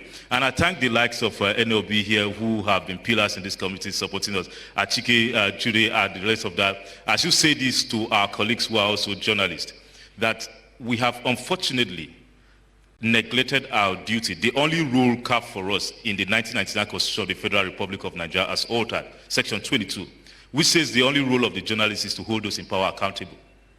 And how do we do that? Oftentimes, we just, when they issue a statement, Bayonariga issue a statement, it goes. There is no questions asked. And people tell you, oh, it's investigative journalism, that's what will solve the problem. But investigative journalism is not about asking questions. It's also about questioning the answers. The answers given, are we questioning these answers? We're not doing enough. We're allowing the narratives fly. And I'll put this in perspective. Prior to the End Bad Governance protest, we saw the presidency saying, look, it's Atiku Abubakar and Peter Obi that were fronting these things. Meanwhile, those people never even so much as even mentioned about the protest for a while. And then the next thing they now switch it to, oh, it was faceless and leaderless. So what? Omoyele Sowore is faceless? Shaoluju one is faceless? Myself standing here, I'm faceless? I'm not in Nigeria, I don't have a national identity number? Anybody shouts while they were looting those things to say answers? No, nobody did. We have to disabuse the minds of Nigerians. I'm talking to our colleagues now. And just, of course, that's not to say journalists have not been trying our best. We've been doing our best, and some of us have faced some of the bitter, sweet, sides of politicians, not politicians, Nigerians who are privileged to occupy public offices, because anybody can be there. We'll face it through arrests, through beatings, and what have you. But we just have to keep pushing a little bit forward and more and harder. One more thing that Hamzat said that I must say we should also continue doing is, I think Nigeria Mons does that and is putting faces to the statistics that we often reel out. So you say, oh, 43 journalists have been attacked. You have 50 attacks on the press in the past 11 months and whatever. The question is, you just list out people's names, but nobody knows these faces. It's time for us to put faces to these numbers so that people, unfortunately, this is human nature anyway. When you have something happen, if it's far from you and you don't know the person, it looks like, oh, nothing is happening. It's when you know the person, you say, I sabi this guy, and me and him did the same minibus together. That is when it touches you. Finally, to our friends who are in the judiciary sector, you have been doing your best, but I feel it's also time we take it up a notch. The people in power know one thing, that every time an arrest is made, the next thing all of us clamor for is free this person, free that, free those, and what have you. When I was arrested, I told my legal counsel, and I said this clearly, don't go arguing for bail. No. The Administration of Criminal Justice Act makes provision for day-to-day trial. If these people have concluded their investigation, which of course, as per ACJA, investigation must precede arrest, let them come with their evidence, with their witnesses, and let the trial start. The only thing apply for accelerated hearing. And let's see whether these people, most of the cases that they have taken to court always end up frustrated because they have nothing to show. The only thing they are trying to do is to take those who are leaders out of circulation. But I will tell you this, there's light at the end of the tunnel. And do we really have to wait for the end of the tunnel to see that light? Why can't we bring that light to the beginning of the tunnel so we'll be able to journey to a better Nigeria? That I believe we can do. Bless you. Thank you so very much. Thank you so very much. We also have Damilare Adenola, who is mobilized. I Take It Back movement. Damilare, if you're still here with us, please come forward. As he comes, please put our hands together for him. And I mentioned earlier that we will equally be taking the microphone into the town hall, as we call it, so that each and every one of us, for as much time as we have, would speak also on the events that have happened and what it is that we want going forward. Good afternoon, everyone. I'm Damilare Adenola, and I took part in the protest. First, before I go on, I would like to genuinely appreciate every one of us here and tell us that we are doing a good job by, embarking on this struggle, and we have decided to also keep it going. Some of us have been arrested over this. Some of us have had sleepless nights over this. Some of us have continued to keep the conversation going online, on Twitter, Instagram, and we have continued to do this because we have the conviction that what we are doing is right. We have the conviction that we are on the right path, and we are conscious that we are in a class war between some of us who are privileged, who feel that they are the Don Pablo of the country, although they are privileged, and we also allow them by voting erroneously. They are in power and they feel like, oh, they have the monopoly of violence, they can oppress the people, but they are unfortunate. It is unfortunate for them. They are unhappy that they are also citizens who are equally strengthened to face their tyrannical tendencies and actions, and that is why they are frustrated and trying all their best, mobilizing public funds to counter this agitation, to counter the Nigerian people who are genuinely hungry, who are pushing back against this oppression. That's why they are deploying state resources, both economically and militarily, to suppress the genuine agitation of the people. Because if they are not trying to do that, why would they expend over $45 million, sharing for traditional rulers, sharing for, they shared so many state resources across the country in order to quell the fire of the agitation of the Nigerian people. But unfortunately for them, the agitation went on. And it went on because it was genuine. So they can continue to try their best through their social media influencers, through their TV anchors, to deny the obvious, to deny the reality of this country. But the truth is that nothing can effectively kill the genuine agitation of the Nigerian people. People are hungry, and we can all see this. So the government can continue to deny the obvious, the reality. Like Mr. Hamzat said the other time, we are sitting on a keg of gunpowder. The country will explode soon if the government does not take care of the economic issues in this country. Because every day in this country, many Nigerians move down below the poverty line every day. Before, we used to be the capital of poverty in the world, but now we are the kings. And what am I saying in essence is that, for instance, we are students here. In our own country, we have to take loan to be educated. Just imagine. You have to be indebted. When the Constitution expressly says that, the essence of the government is our economic, needs. The Constitution expressly says that we, the people, the government, exist for our benefit. The government and its resources exist for the benefit of the people. But it is unfortunate that we have a class of people who are greedy, who are trying to corner these resources for themselves and their lavish needs. So my advice to people in this hall today is that we have to be class conscious and be aware that you are in a war. The government is in a war against the people, and people also have to be conscious about it. And you must continue to fight against this by resisting.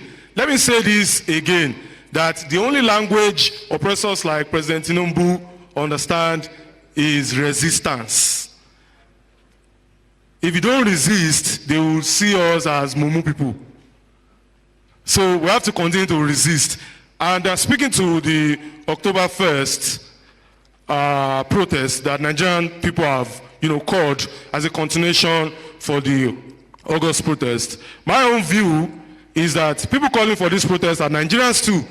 So they shouldn't face any form of, opposition from the people who we claim we are genuinely concerned together, and we have started this together. We should rather see ourselves as a team of genuinely concerned Nigerians and continue to work together towards a profitable end for the oppressed people of Nigeria. Thank you very much. Thank you so much.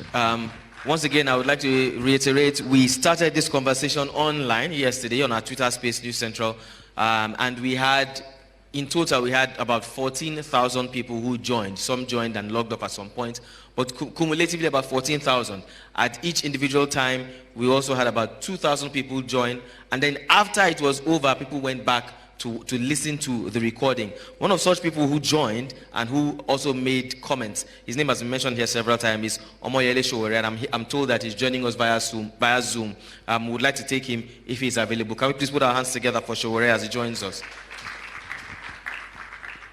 Thank you very much, everyone, for the opportunity once again to speak to you, compatriots who have been part and parcel of the new resistance in the country, the struggle for the existence of the Nigerian people. I typically don't prefer speaking to people on Zoom because it doesn't give you the kind of ambience you need to connect directly with people. But I've been watching a lot of speakers today, and those who have participated in this all over the world, and I'm quite impressed. And one thing I'm impressed about is that we have all come to a united agreement that the time for action is now, and that we cannot continue to accept the level of oppression, the incompetence, and the corruption that has stymied the progress of Nigeria.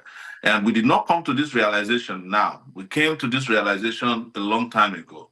The only problem, as far as I'm concerned, was that it took us this long to unite, to take on our oppressors in a way that they probably would not be able to survive for much more longer.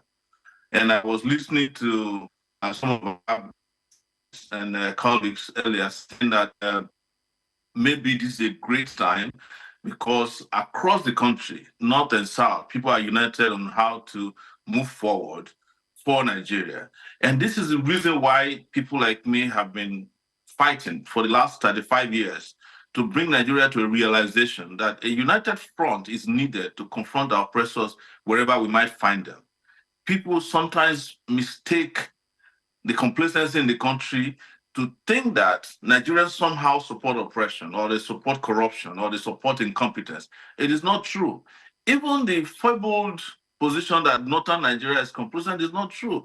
If you look at the history of Nigeria, one of the most conscious states or cities in Nigeria is Kano. The Kano is the home of the Talakawas. It has produced some of the most radical intellectual persons, people like Abubakar, Rimi, blessed memory when they were there. It was the home of a doctor at BUK. I forgot his name now, whose daughter is now working with Tinubu and worked with Buhari. So the North has not always been complacent. But as so many of you have mentioned, is that across the country, whether it's north, south, east, or west, we've had the worst amongst us rise to the position of leadership. And they completed the task in 2023. Every person that your parents told you was bad in secondary school, the guys who didn't go to school, the guys who forged certificates, the guys who cheated in exams, the guys who stole are the people who are running your country today. The guys who sold drugs, every one of them have become president, they have become governors, local government chairman, and they have concluded the task of the state capture that we've been complaining about over years. I want to commend everybody that participated in this election, in this protest or a revolt in August. It did not start now. It started a long time ago. We started our own revolt in 2019. That's what we call revolution now. And when we did, you know how many people reacted. Some said, we don't understand what is even the meaning of revolution. What do you want? You lost election, you came back.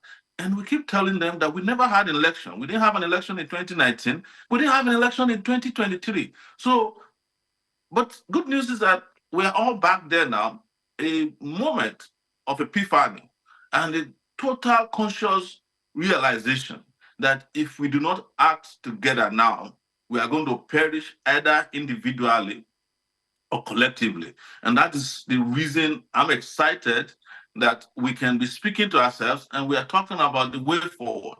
And I want to address those who keep saying that, well, maybe this doesn't need a date.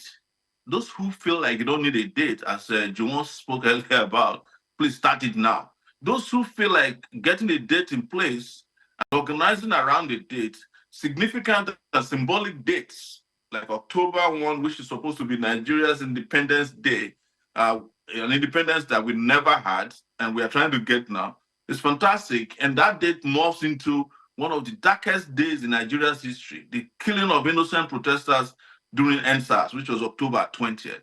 So our oppressors have been oppressing us for 64 years. We can as well, or we might as well devote a month next time to fighting against oppression and ensuring that we liberate ourselves completely from one corner of Nigeria to the other and have a country that we can call our own. That is the reason why we have put together some 15 major demands, and we call them non-negotiable. The reason why they are addressed as non-negotiable is that we don't want to go into any meeting with anybody before these 15 issues are resolved. We don't need any meeting for them to realize that we don't have a constitution, and the constitution they have, that they call their constitution, the 1999 constitution, was imposed by the military. It is the songs of praise or songs of praises for the Nigerian military. You don't need to be told that there's hardship, and we don't need a meeting or any dialogue to tell you that 30,000 naira or 70,000 naira, which is basically $30, cannot take anybody to work and back to work for 30 days or 25 days or 24 days that you work in a week. You don't need to be told that a certain class of people should be receiving maximum wage, while the rest of them receive what they call minimum wage. And what is minimum wage in Nigeria? 70,000 naira. What is maximum wage? An infinite amount of allowances, salaries, bribes, and tips collected by government officials. The people in our Senate and National Assembly take home 29 million naira. That is why they can afford to tell you that you go and protest, we'll be chopping. They are not mistaken. They are really, really chopping. And our position is that there are enough resources within Nigeria to take care of the needs, the aspirations, and the progress of Nigerian people, that as students, you don't need to take a loan to get educated. Because even America, where they imported taking loans from, is running away from giving loans to its people.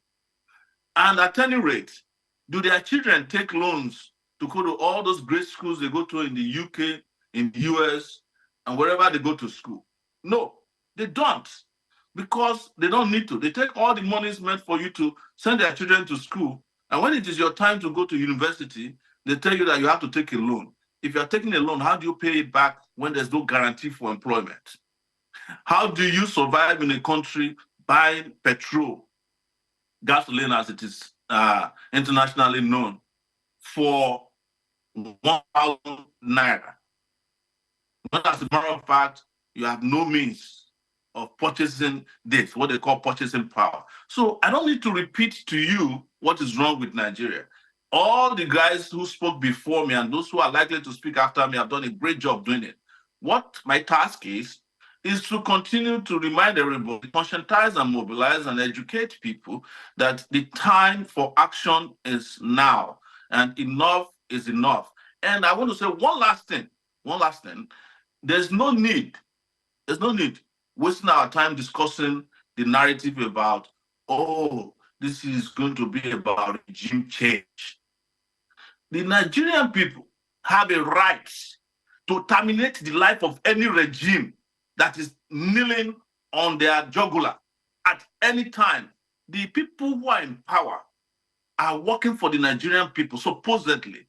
And if their existence becomes a burden to the existence of the Nigerian people owe you no apologies for saying we don't want this regime anymore. I just want people to be clear about that we should not waste our energy and saliva on defending whether it is regime change or a protest or a revolt or a revolution. What we must all agree with is that this current regime of oppression, incompetence, and wickedness must be terminated now before it terminates all and every one of us, both individually or collectively, because they have done enough damage. And I want to thank you once again for inviting me. And I will say one final remark.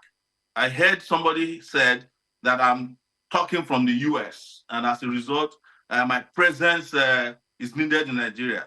I want to ask you this, and I want to warn you, those who are asking for my presence, be careful what you ask for, because I might be home any time from now. Thank you very much.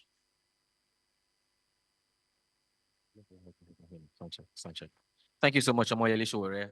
Always obliging us when we call on him to speak. Thank you so much. Before we throw the mic into the town hall to get comments, reactions, and solutions, possible solutions, which is also one of the reasons why we are here, I would like to say. All right, good afternoon to everyone. My name is Nafisa from Data 5 Foundation, and it's a privilege to be here to basically speak on the issues which are plaguing us as a nation, not just with the esteemed panelists that we have, but with every Nigerian in the room. And I think I'm going to begin by telling, my own story, because this issue of protest and Nigerian citizens having their voices heard didn't just start from August 1. I remember in 2020 when we were having the EndSARS protests all over the country, I was a part of that. And I remember one particular Saturday that we walked all the way. We were walking in Abuja and we kept on walking. We walked from Freedom Square, and then we walked to the front of the headquarters of the police. And we were there from like around 1 or 12. Very peaceful. We were walking, then when we got tired, we went into cars, and then there was music, and we were saying, these are the things we want. And basically, it was all Nigerians, young people. There wasn't any classification of whether you were Igbo, Yoruba, Hausa, Efik, Tiv. That wasn't a discussion. I remember at the time, I was in my friend's bank here. I was with my fiancé then, who is now my husband. And we were in front of the police headquarters, under the sun, and we just sat down. We bought drinks, we sat down. It was basically a peaceful protest. We wanted to have our voices heard. Protests were going on in Lagos State, and we were there till like 6:30. And then I remember we were just standing, and then the next thing, people started running, and it was a stampede. And we had seen that the police had come out with tear gas. And then I remember Aisha Yusuf, that was when we took the iconic picture of Aisha Yusufu standing in front of the police headquarters, that picture that made the waves.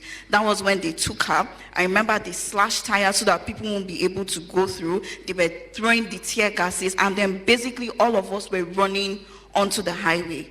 It was one of the most scariest experiences I've ever had, because I don't know, I can't explain it. I remember that day my back caught, someone from the back that I didn't know picked it up and threw it to me, and then I kept on running onto the highway. And I got home that evening and I don't know, I was broken. I got an anonymous tip some days later that, the state security was looking at my accounts because they were trying to see whether, I was part of the people funneling money from the NSAS protests. Brethren, at that point in time, I went and withdrew the remaining of my salary and kept it under my bed because I wasn't ready to hear story. So I just went, collected the money, and said, if they come and look for me, I will just take this money, piang, I'm out.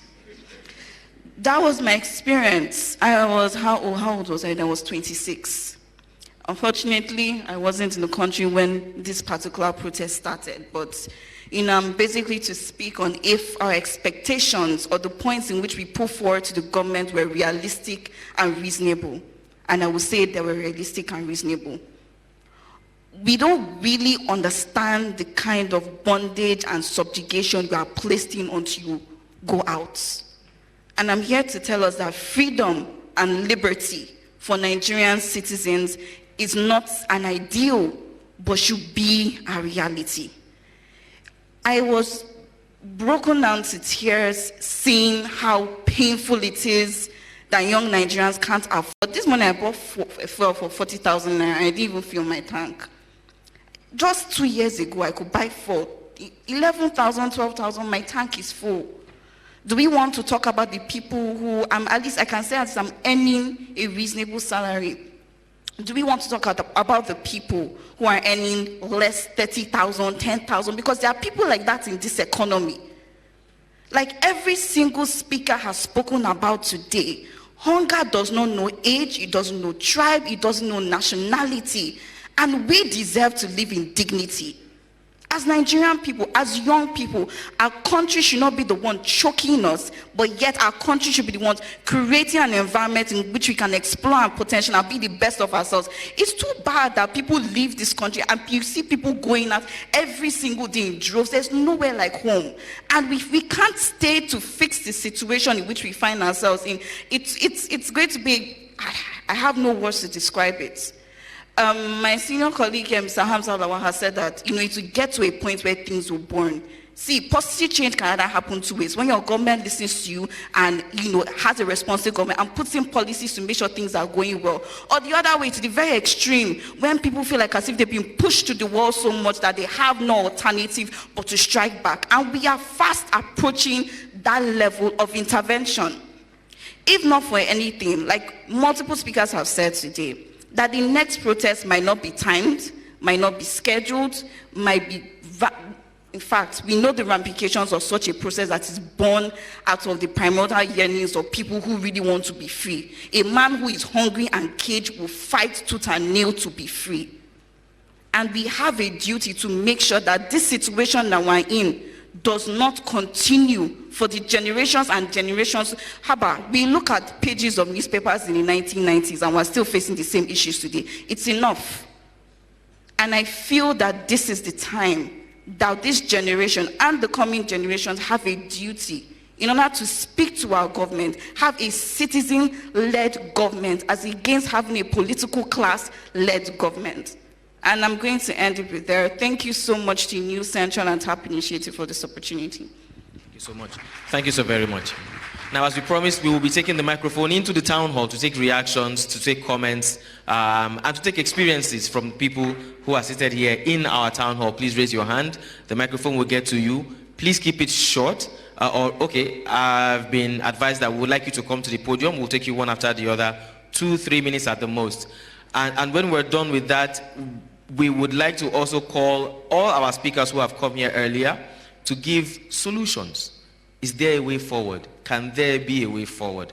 We will do that briefly. But first of all, we would like, yes, please raise your hands and then we'll call you forward, starting from the front. The gentleman in front here with the green shirt, please come forward. 2 minutes is what we're taking. Just 2 minutes each. You'll tell us your name, the group you represent, and in 2 minutes, please, we'll have your comment. Thank you so much.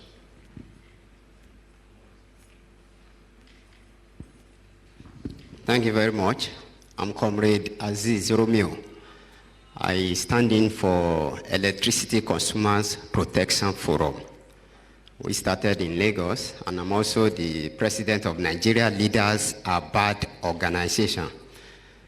Time will not avail me to tell you that in our organizations, right from the period of Yar'adua time with Save Nigerian Group, we said the Nigeria leaders are not only bad, but they are wicked. Just because what you got, you find it difficult to give it to the next generation.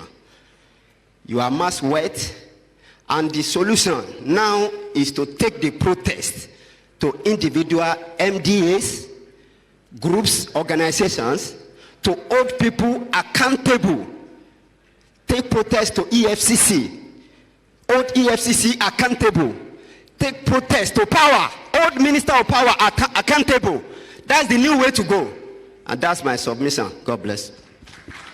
Thank you very much. The lady in front here, will come to you, please. The next lady, please. Yes. Please, we would like you to come forward for the sake of the cameras who are viewing. Okay. Okay, let me come this way. I'll come to you, sir. Please, gentlemen, please come forward.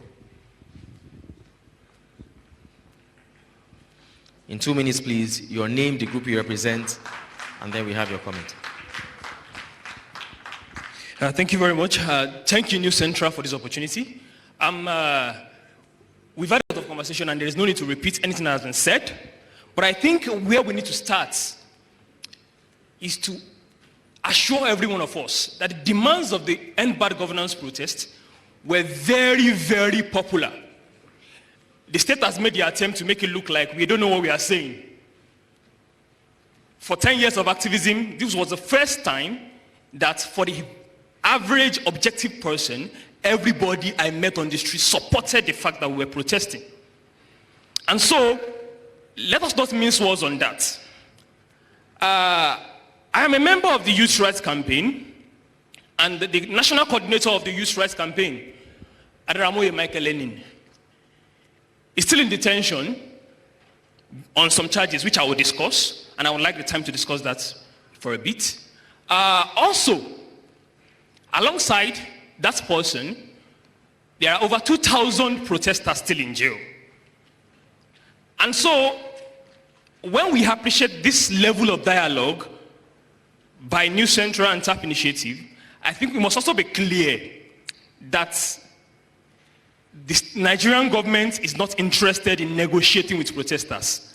As much as they have tried to blackmail protesters, that they are interested in negotiating with protesters, and we are just faceless. They are not. Aderamoye Michael Lenin, the national coordinator of YRC, had his home invaded 2 a.m. on August 5, in the middle of the night. I just left there that evening. And they came in with a machine that tracked his phone. And so we are wondering why they have not tracked terrorists till now, if they have such machines. And they took him out alongside the other occupants of the apartment, tied their hands to the back with blindfolds for 16 hours, drove them around for 16 hours, and then dumped them at the police IRT. And that place is known for its cruelty from the days of SARS. And so these are the real issues. So we must start there, that this kind of conversation, while it is very, very important, it is not a form of negotiation with the state. This state is not interested in negotiation. Beyond that, I think we need to also address the fact that the Nigerian government accused them of foreign sponsorship, terrorism, because some people raised Russian flags during the protest. And I would like to put this question to the audience. If you have a government that receives policies from the World Bank and the IMF, and on the basis of that policies they received, throws the country into hunger and instability, who should be on trial for foreign sponsorship in Nigeria? The Nigerian government or protesters? Please answer. So the Tinubu government should be on trial for collecting money from IMF and World Bank and sponsoring instability in his own country. And I think we must say that very clearly. Also, we would all remember when the Niger coup happened, the Tinubu government was very ready to invade Niger, our northern neighbor, and start a war that would immediately affect the northern part of Nigeria, just because the Western powers said it should invade that country. If not for the masses of Nigerians who took their voice and said, no, we don't want a war in Nigeria. And so it is impossible for that government to now accuse people who raise Russian flags of foreign sponsorship. It is a long stretch from raising Russian flags to foreign sponsorship and terrorism. It's like jumping into conclusion from a 100-story building. And I think the Nigerian government, we need to make it very clear that we cannot be blackmailed. We don't even know if the government was the one that sponsored the flags. So we must be clear that as Nigerians, we cannot be blackmailed. And those who have been arrested, we should use our voices here. It must be said for everybody watching us that those who have been arrested have committed no crime. And the Nigerian people might resume protests before the October Revolution. We might resume protests before then if they are not released immediately. Thank you very much. All right, thank you so much. We'd like to call the next, there's a gentleman, okay, I've been asked to take a gentleman from behind, the man with the beret, please come forward. I would try to, okay, 2 minutes, please, 2 minutes. I'm seeing more hands up. We have some from in front here who have been raising their hands, and we're going to call to them immediately. I would like to recognize the presence of representatives from the British High Commission who have joined us here. Please, can we put our hands together for them? Thank you very much. Thank you. Good morning. My name is Emiola Oshifeso, and I'm a member of Take It Back movement. Firstly, I wanted to address the other person who made reference to someone who sat in the US and calling for a revolution in Nigeria, but I think it has already been responded to. Thanks to my leader for doing that. And I'm just going to go straight to the point. What we are talking about here requires no big English. When people are hungry, there is nothing else to add to it. And a lot of rich people, especially in this Abuja, they kept hiring hungry people at their gates and are still giving them 25,000 naira monthly. They kept hiring hungry people as their cleaners and are still paying them 20,000 naira monthly. And I'm telling you that the battle that we are at right now is a battle that is between the rich and the poor, because even the rich guys don't care about the poor people. Someone who drives an SUV of 70 million naira is happily paying their domestic staff 25,000, 28,000 naira. So when we are going to come out for the next protest in this country, we will not alone allow some people to lock themselves up in their room watching Netflix, while we, that we are in the oppressed class, go and fight for a road that they will drive their SUV. Fight for a fuel that they are the one who can only afford it, because we don't even have cars.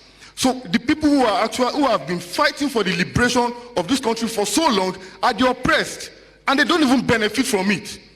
Those ones who would fight for fuel hike don't have cars. But when they are protesting, the ones with the SUVs are the ones who says, please tell them not to come to the road.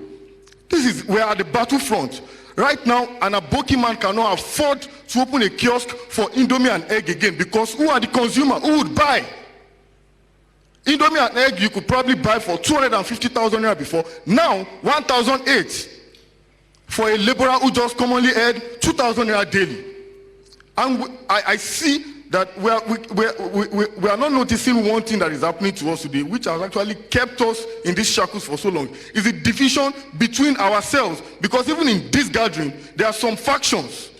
And until we deal with these factions, we will never attain our liberation. We should stop all of these battles of some people are beret wearers, and some people, they are the calm ones. We are all Nigerians, and the revolution is here.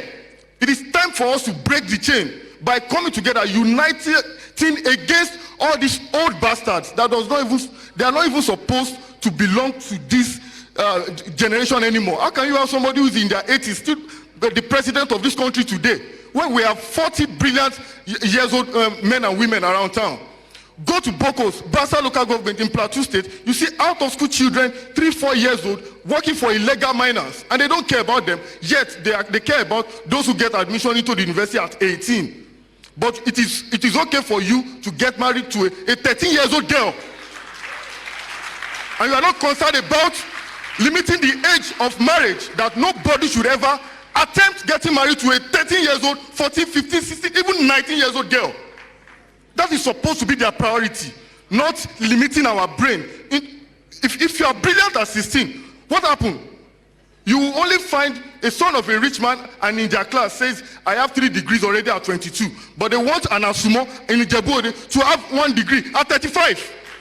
Shame on them. Thank you very much. Thank you very much. Excuse me, I would like to remind us, please, for every other person who is coming up stage to speak, and we do have a limited time that we are on live television. Can we please mind the language we use? We are on live television. Thank you very much. Now I've been informed by my producer that we are running out of time, so please, as we call people forward, we would like to take solutions, please, if we can. Solutions. We're going to be calling the speakers or those who spoke earlier, but before then, I have a few people who had their hands up earlier, and I would like to call them forward. Please come forward. And while he is doing that, I would like to also recognize, we have Sarah Ibrahim. Is Sarah Ibrahim here, please? Okay, Sarah Ibrahim, are you here? All right, Sarah Ibrahim will also be joining us. Sarah, please come forward if you're here. Good afternoon, everybody. My name is Ojugo Onyelukachukwu. I'm a development consultant. So I want to, within my 2 minutes, I want to really tell you a story. After the war between the British and the Americans, they went into a session, into a meeting to decide how they were going to govern themselves. They were only taking breaks to go and freshen up and to eat. And then after a lengthy period of time, they finished, and as they were walking out, a lady accosted George Washington and said, have you guys decided what kind of government you are going to bequeath to us? And George Washington responded, we are bequeathing to you a republic, but that is if you will keep it. So the responsibility of keeping that republic is not on the government, but on us. And I want to let you know that all the protests you've been seeing so far is not because of Bola Ahmed Tinubu alone. It's as a result of the kleptomaniac political ruling class that we've had over time. So people are revolting, and it's hunger that is causing this unity in this revolt. Now, as we revolt, I want to quickly say, if a fly perches on your scrotum, you will understand that it's not violence that is the result, that is the solution to everything. A lot of wisdom is required. I'll give you an example. Some appointments were made by President Bola Ahmed Tinubu. You walk to the office and say, no, we will not accept this person in a position of leadership simply because he or she has corruption scandal, he or she is a man of questionable character, so many things. If that person cannot enter the office because all of us are gathered there, they will be forced to rethink that appointment. On solutions, we need to find a way, either by open letters, town hall meetings like this, lots of advocacy, to tell the president we do not need 48 ministers to run the country. As big as the US is, over 350 million, how many ministers do they have? 12 or less than that. What do we need the 48 ministers for? And the constitution says if you must have ministers, one must be from each state. So if you must have, meaning you can look at the situation in the country and say we do not have the money to maintain this number of ministers. What are the PAMSECs there for? PAMSECs can run the government. After all, Buhari did it for 6 months. That's one. Two, we need to cut down on expenses. The president of Argentina, how long did it take when he got into government to reduce expenditure? And then the government, the economy began to boom again. But here, what do we have? We are buying yachts, we are buying new private jets, we are paying, we are subsidizing Hajj. Think about it. Thank you very much. As mentioned earlier, we are running out of time. We're going straight into solutions. We have Sarah Ibrahim, please join us. And I would like to state again that as we state our solutions, in 3 minutes, please, we should speak directly to the government, whom we hope is getting the message. Thank you very much. Thank you. Hi, good afternoon, everyone. I don't think there is anything that hasn't been said already. I'm actually glad we're having this conversation today and trying to see ways that we can move forward. But I was expecting, I did mention earlier, I was expecting we should have had people from the NBA or our lovely, amazing justice system, the judiciary that has actually shown us that they are for the people, quote and unquote. It's quite sad that young Nigerians came out to protest, and rather than the government to listen to them, they decided to trample down on them. They decided to lock them up. They decided to make sure that their voices are not heard. What we requested for is as simple as it is. Nigerians are suffering. Nigerians are hungry. Nigerians need a better country. And I just want to use this medium to plead with our lawyers, our legal advisors in Nigeria, and our judicial system. Currently, I don't know if there are more people, but I have names of 37 young people. These are people that are 13-year-olds, 14-year-olds, and 15-year-olds that were arrested by the Tinubu-led government. If you want to tell us as Nigerians that if you're not up to 18 years old, you cannot go to a university, but apparently the Tinubu-led governments can allow people who are younger than 18 years to be locked up just because they came out to peacefully request for a better Nigeria. These people are children, these people are kids, and they are being locked up because they decided to be part of the End Bad Governance protests. And they're putting so many crazy charges on them, treasonable felonies, and it's quite insane that we have children who will be locked up and picked up by the Nigerian police without any form of investigations, without any wrong. All they did was to come out to request for a better country. And we know that even during the protest, all we wanted was a good Nigeria, somewhere where we wake up in the morning, we can afford to buy fuel, we can afford to buy food, we can say that we want to pay our school fees, and we will have no issues at all. We asked for our demands. We told them these are the things that we wanted. Someone mentioned earlier that the Nigerian government never called us out to negotiate. I don't buy that. I don't buy it at all, because you cannot negotiate your freedom. You cannot negotiate your human rights. There's no negotiation. It's as simple as it is. A better Nigeria. What do we want? End the hunger. Reduce the cost of living. You came, you met fuel at a particular price, sort it out, fix it. It is not so difficult. You don't need to go out to negotiate anything with anyone. You see what we want, you see where the issues are, you sort it out. The inflation right now is insane. Look at the minimum wage. How many people can use 30,000 naira to even feed in a day? So it is quite crazy that we have these issues and then we have a government that doesn't listen.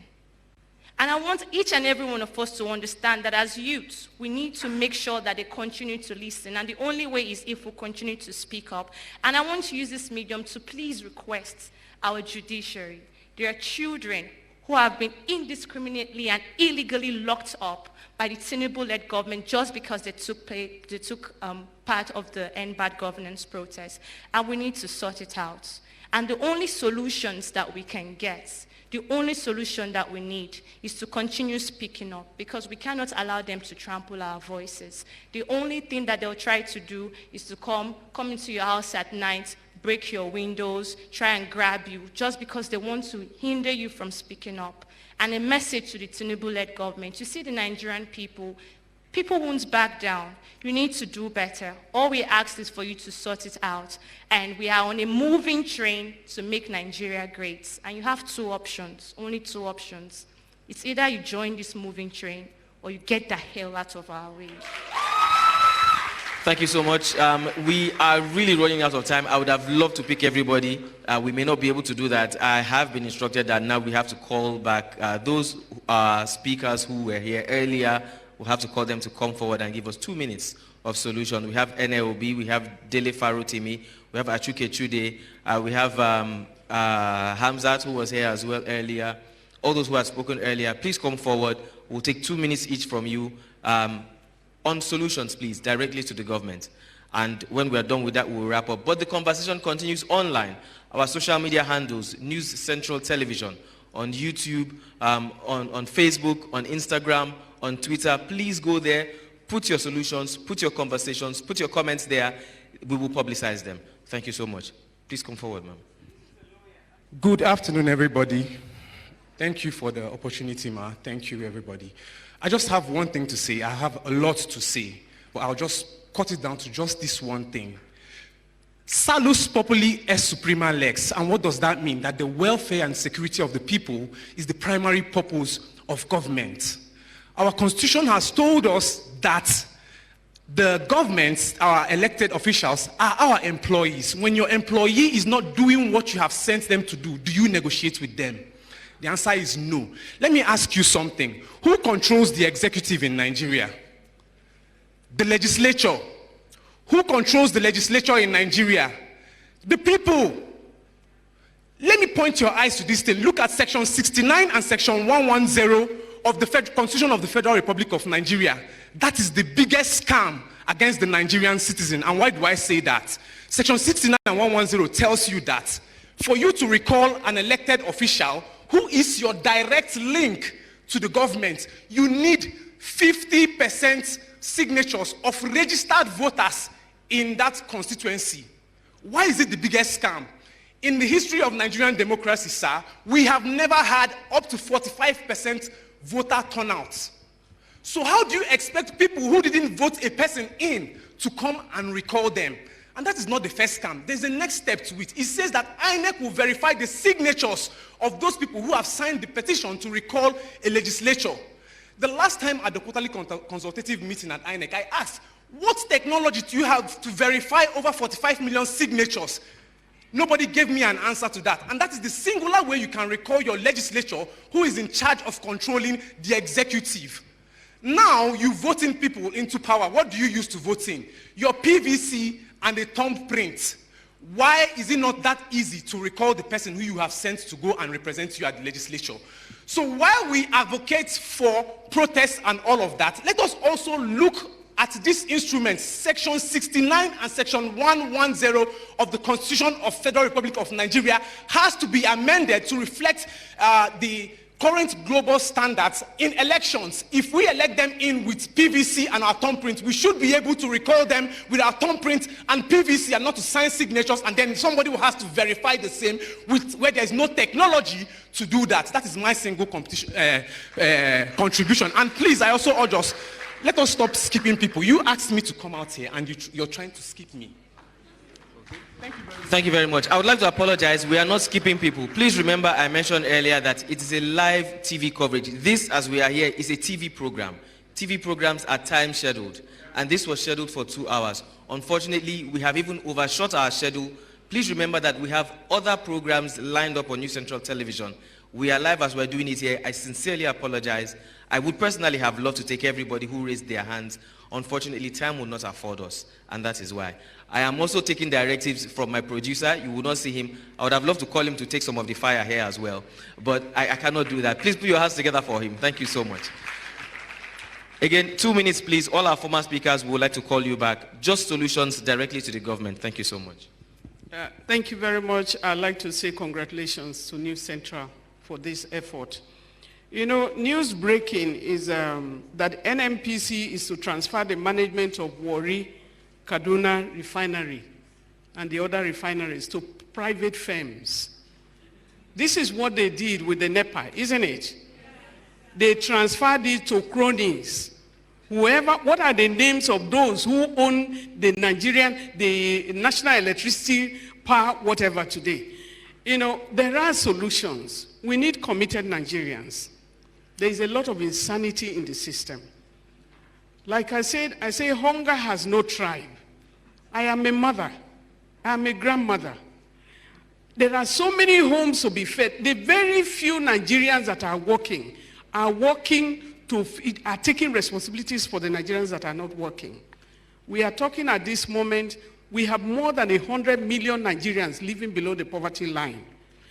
The Nigerian government is still borrowing. In the 8 years of Buhari administration, he borrowed 18 trillion naira, or whatever that is.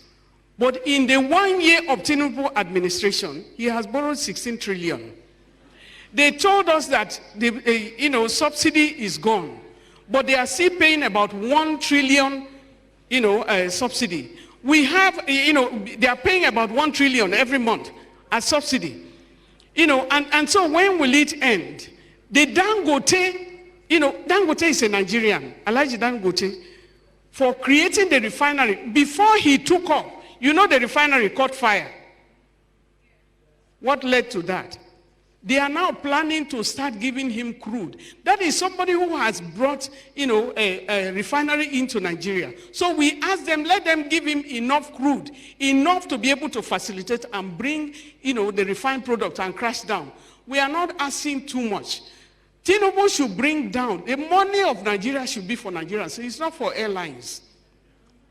It should bring it down to 200 naira. That is the minimum that we will collect. And the solution is that Nigerians are not against Nigerians. My generation, I have been locked up several times. I went to jail, I went to detention. I was kidnapped by the military government. So jail is not anything fear for me. If you sit in jail now, you won't think of pepper or rice or anything. A small bag of rice is 45,000. Small, but they have bag. And what we are saying here is bringing ourselves together. All Nigerians needed to be on the street. You need to reclaim the land. Don't sit behind the fence. You are not helping. The reason I went and sat down, and while I was sitting at the National Stadium, do you know that the first 3-4 days, they were bringing drinks for the police. But the last of the days, they never brought drinks or water for them again. So corruption has taken root, even at there. The police, they are our children. The army, they are our children. Stop risking the lives of our children. And I think it's about time for us to realize that. I want to congratulate those who protested. Those who are waiting. I know poverty is dealing with a lot of people because you need transport to move to places. But if you are not, you are either for or against. It's important that you participate. If not, all of us will be a waste of a generation. We are part of it. You are part of it. Thank you very much. Thank you very much, Mr. Hamzat. 2 minutes, please. I know that we have a lot to talk about, but we are looking at time. 2 minutes, please. If you want to kill us, how many bullets do you have? How many people can you kill? How many people can you arrest? And that was my message to the security agents. First, be honest as a government, because there is no trust. So the first thing we have to do if we want solution is to build back trust. And for us to build back trust, government must be honest. The government we have today, they are rather reactive. They are not proactive. They're reactive. So they wait for things to go bad, and then they become reactive. Provide safety net. What has happened to the Ministry of Humanitarian Affairs? What has happened to the corruption by the suspended minister? No investigation, no prosecution. Lastly, for things to really change, our constitution cannot drive that change. The current constitution we have. Because for things to happen, you need a legal and regulatory framework. The legal and regulatory framework we have is the 1999 constitution as amended. And it says the people. But which people crafted that constitution? Who are those people? So first, we must start to ensure that we bring a transformation and have a new constitution that depicts fairness, equity, and justice. Thank you very much. Please come forward. I mentioned earlier that we're taking all our former speakers, just 2 minutes, and then we're wrapping this up. Mr. Achike Chude will also be taking you. Dele Farotimi, if he's still here, will also be taking him 2 minutes, and then we're wrapping up. Okay. Thank you for inviting me once again. Nobody is coming after me during this protest. Look, I'm everywhere of the protest. I have the capacity to be in London or UK, but I prefer staying in Sokoto because Nigeria belongs to all of us. We cannot run and leave this country for our corrupt politicians. Lastly, please, if really we want to take over what belongs to us, we should unite and be patient with ourselves. Mistake is something that it will happen naturally in every event. Let's come up and unite. So sorry, Mr. Sowore, on behalf of the Arewa youth, we apologize. Lord, let love lead. To my solution to federal government, why using the military in everything that is happening in this country? Why? From Sokoto to Delta to Anambra to Kano, you've been using military. When are you going to get the solution?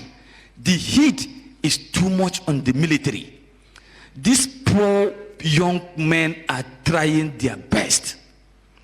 If you watch just of a recent video that is going on last week, a young military man came and said, whenever they give us directive, we'll take over everything. But we have no directive from our commandants. And the commandant will end up saying, American did not sell weapons for us. Please, who are we to believe? So, I am advising the federal government. A dialogue is the only legitimate tools for any warfare. So please, the federal government should embrace dialogue, or we'll use our voters' card to push them out. Thank you. Thank you very much. One final thing he said was, let's love lead. And that's what we're looking for in Nigeria. Can we please put our hands together for him one more time? Finally, we'll take Achike Chude. 2 minutes, please, sir. 2 minutes. Solutions to the government. 2 direct minutes. Immediately after that, I'm using one stone to kill as many birds as I can. We have our managing director and editor-in-chief of News Central Television who will come here to give closing remarks. The Town Hall series is something that was started and spearheaded by him, and we have decided that we will take it not just in Lagos where we are, across the country, and ultimately across the world, actually, where Nigerians can be found. Yeah, thank you. You know, I started by talking about the importance of the media. The journalists in Nigeria are resolved that nobody will stop them from doing their job. Nobody. They are under duty. They have an obligation to do their job, regardless of whatever directive comes from everywhere, because we have to act according to the dictate of our conscience, knowing that the very survival of our society is dependent on how we do our job, how we discharge it, you know, how diligent we are in doing our job. Now, so we continue to do that. Again, there are people who have said that it's all over for this country. And when you talk to people that are even supposed to be very informed, you have this feeling of total despair that people have given up on Nigeria. Well, they say why there is life, there is hope. So there's still some hope, no matter how, you know, small it is. They say it is the darkest point of night that dawn breaks. Perhaps we have not gotten to our darkest point, but I believe that, you know, the country is so blessed, and sometimes when you look back, you're looking at the younger generation, and you say, well, if things are this bad in our own time, how will it be in theirs? But they must not live with a feeling of despair and dissolution, especially the younger ones from the various schools that are here. We are here to provide a solution, to give hope to people that there are those who still believe that it is not completely over, no matter how bad it is. With regards to the politics of this country, the Nigerian state is not working, and I'm not sure that it is capable of working as presently constituted. That's why there have been all manners of discussions and dialogues about what to do. People have talked about the need to restructure and all that. People have talked about the period when we had regionalism, when each region was allowed to develop at its own pace and all that. So we had serious progress in the southeast with palm kernel and the rest, in the southwest with cocoa, in the north with granite and all that. But we know that it's a different era. That time has gone. New people, new actors on the field. And we know that the present political class in this country is not even as bad as they were in the past. They are not near committed to what we had in the past. So I think that we need to change the political configuration of this country first. This issue of a big center where everybody goes to, this issue of politicians, are amassing so much money to themselves. We must look for a way to address this, and that is only through changing the political process in this country that we'll be able to go to that level. I'll just give one instance. Look, there are about 70-something or 60-something items on the exclusive list of the Nigerian Constitution. Everything is at the disposal of the federal government. You need to decentralize this country, the resources of this country. There is no state in Nigeria that has not been blessed. So if we can exploit, each state is allowed to exploit its own resources and is able to give monies to the center. You can imagine a situation where every state in this country adequately exploits its resources and sends about 20% to the center. The center will be flush with money. Each of the states will be flush with money because they are allowed to keep a large percentage of what they are able to get from their own, resources. This could be one way of doing that. But we know that there are people that are benefiting from the system. And so I use the word organized chaos. So what is happening in the country, it's organized. The refineries will not work because people are profiting from it. There will be no light because people are profiting from the darkness and all that. That's why the chaos is organized, but we need to move away from that. And I hope, and it is only through agitation, because lastly, the people who are holding sway in this country today will not give up unless there's a bigger force to confront that force. It is only after that that we're going to have a synthesis, between the good and the bad and all that, and then we'll be able to perhaps have a system that will allow all of us to move forward. This present system just has to go, to be replaced by another system. And in this, I'm not calling for a change of government, because that's the next thing they are going to say, that we're talking, no. The system that keeps Nigerians poor, that keeps us frustrated, that keeps the vast majority of our people running away from this country, that system has to go. And you replace it with a system that gives confidence and hope to our people. Thank you. Thank you very much. Now, as we wrap up live, not wrap up here, as we wrap up live, I'm calling forth the Managing Director of New Central Television, who is also our Editor-in-Chief, Mr. Kayode Akintemi. He's coming forward. He's the one who headed this. He started this. We first went to the buildings that were destroyed in Jakonde in Lagos. We also conducted another one after the Dumota fire. We also went to Okuama, where soldiers were killed. We've been to Jos. We've been going around the country. Now we are here. We intend to take it beyond the country. And this is the person who started it. Can we put our hands together? Well, it's good that we're all here. And it's a great pleasure for me to see the number of people that showed up here. And I'm also looking at the numbers of people on digital media, on Twitter, Facebook, Instagram, on our YouTube channel, and of course, those who joined us on Zoom. I want to say thank you to everybody. I heard my dear colleague here, Bernard Akede. Please give him a round of applause, and a round of applause for all journalists that were tagged during the End Bad Governance. Please give them a round of applause. I heard him mention here earlier, and I did hear some people chuckle when he said we'll take this town hall meeting to everywhere in the country and other parts of the world and all over the world. It sounded like a joke. But it did sound like a joke when we started. I said that the platform that I manage will be the platform that is the voice, the eyes, and the ears of the people. That is absolute. There's no discussion about it. There's no debate about it. I believe that the people have a right to be heard under any circumstance and in all situations. Everybody should have a voice. Everybody should be heard. Whether it matters or not, they should at least be heard. So when Bernard was saying we're taking it around the world, we are actually taking that literally. Because on the 28th of September, mark it in your diary, on the 28th of September 2024, News Central will be in New York, in United States of America, and we will be taking all Nigerians in diaspora and we'll tell them, join us. Let us speak to our government.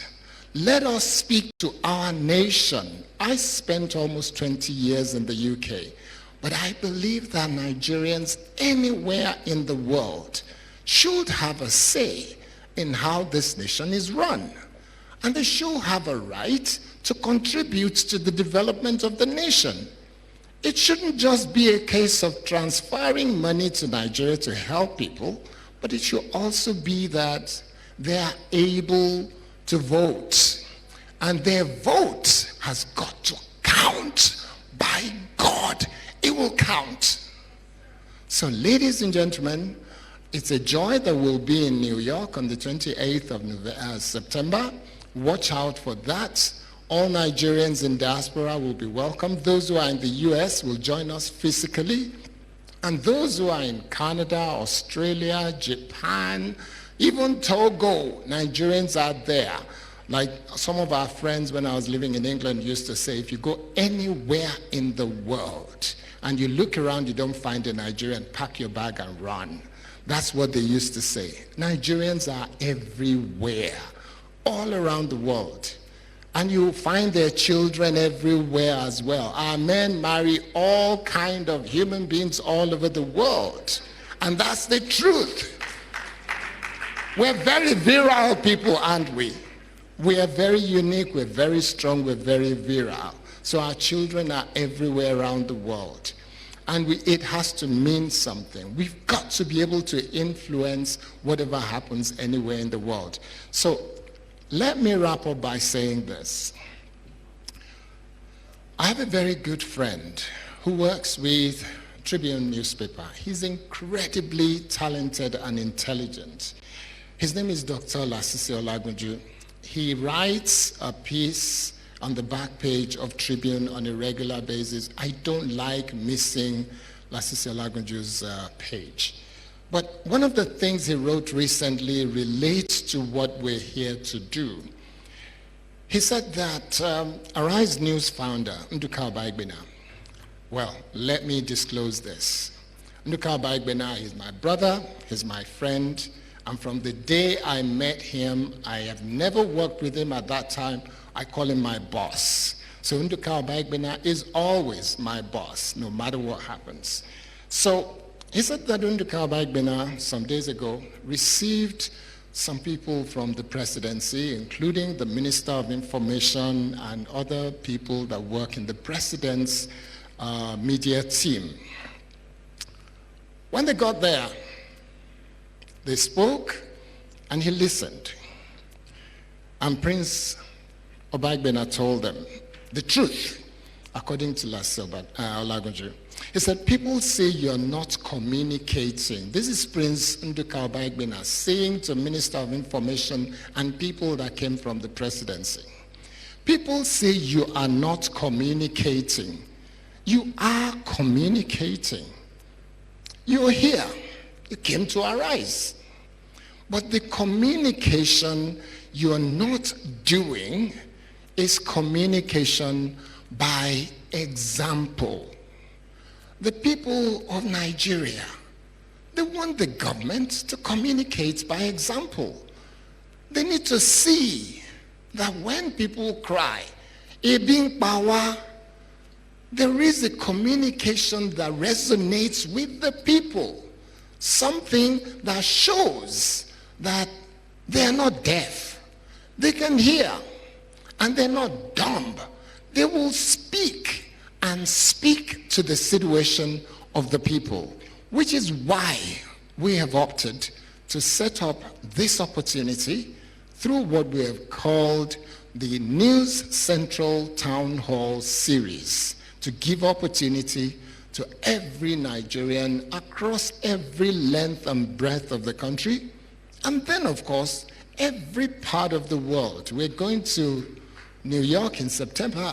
We'll be going to other parts of the world in November, in December, and going forward until God says, enough, you guys have done all you need to do. Nigeria has changed. Then maybe we will consider our decision on town hall meetings.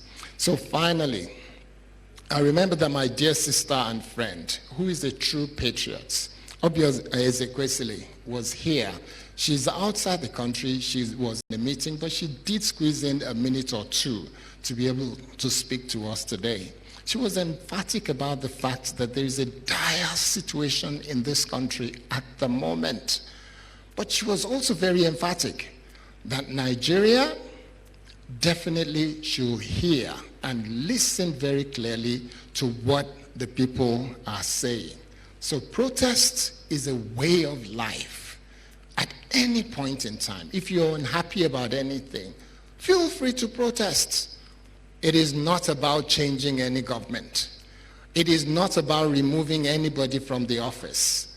It's not about anything else. If you say there is bad governance, then of course you have a right to protest.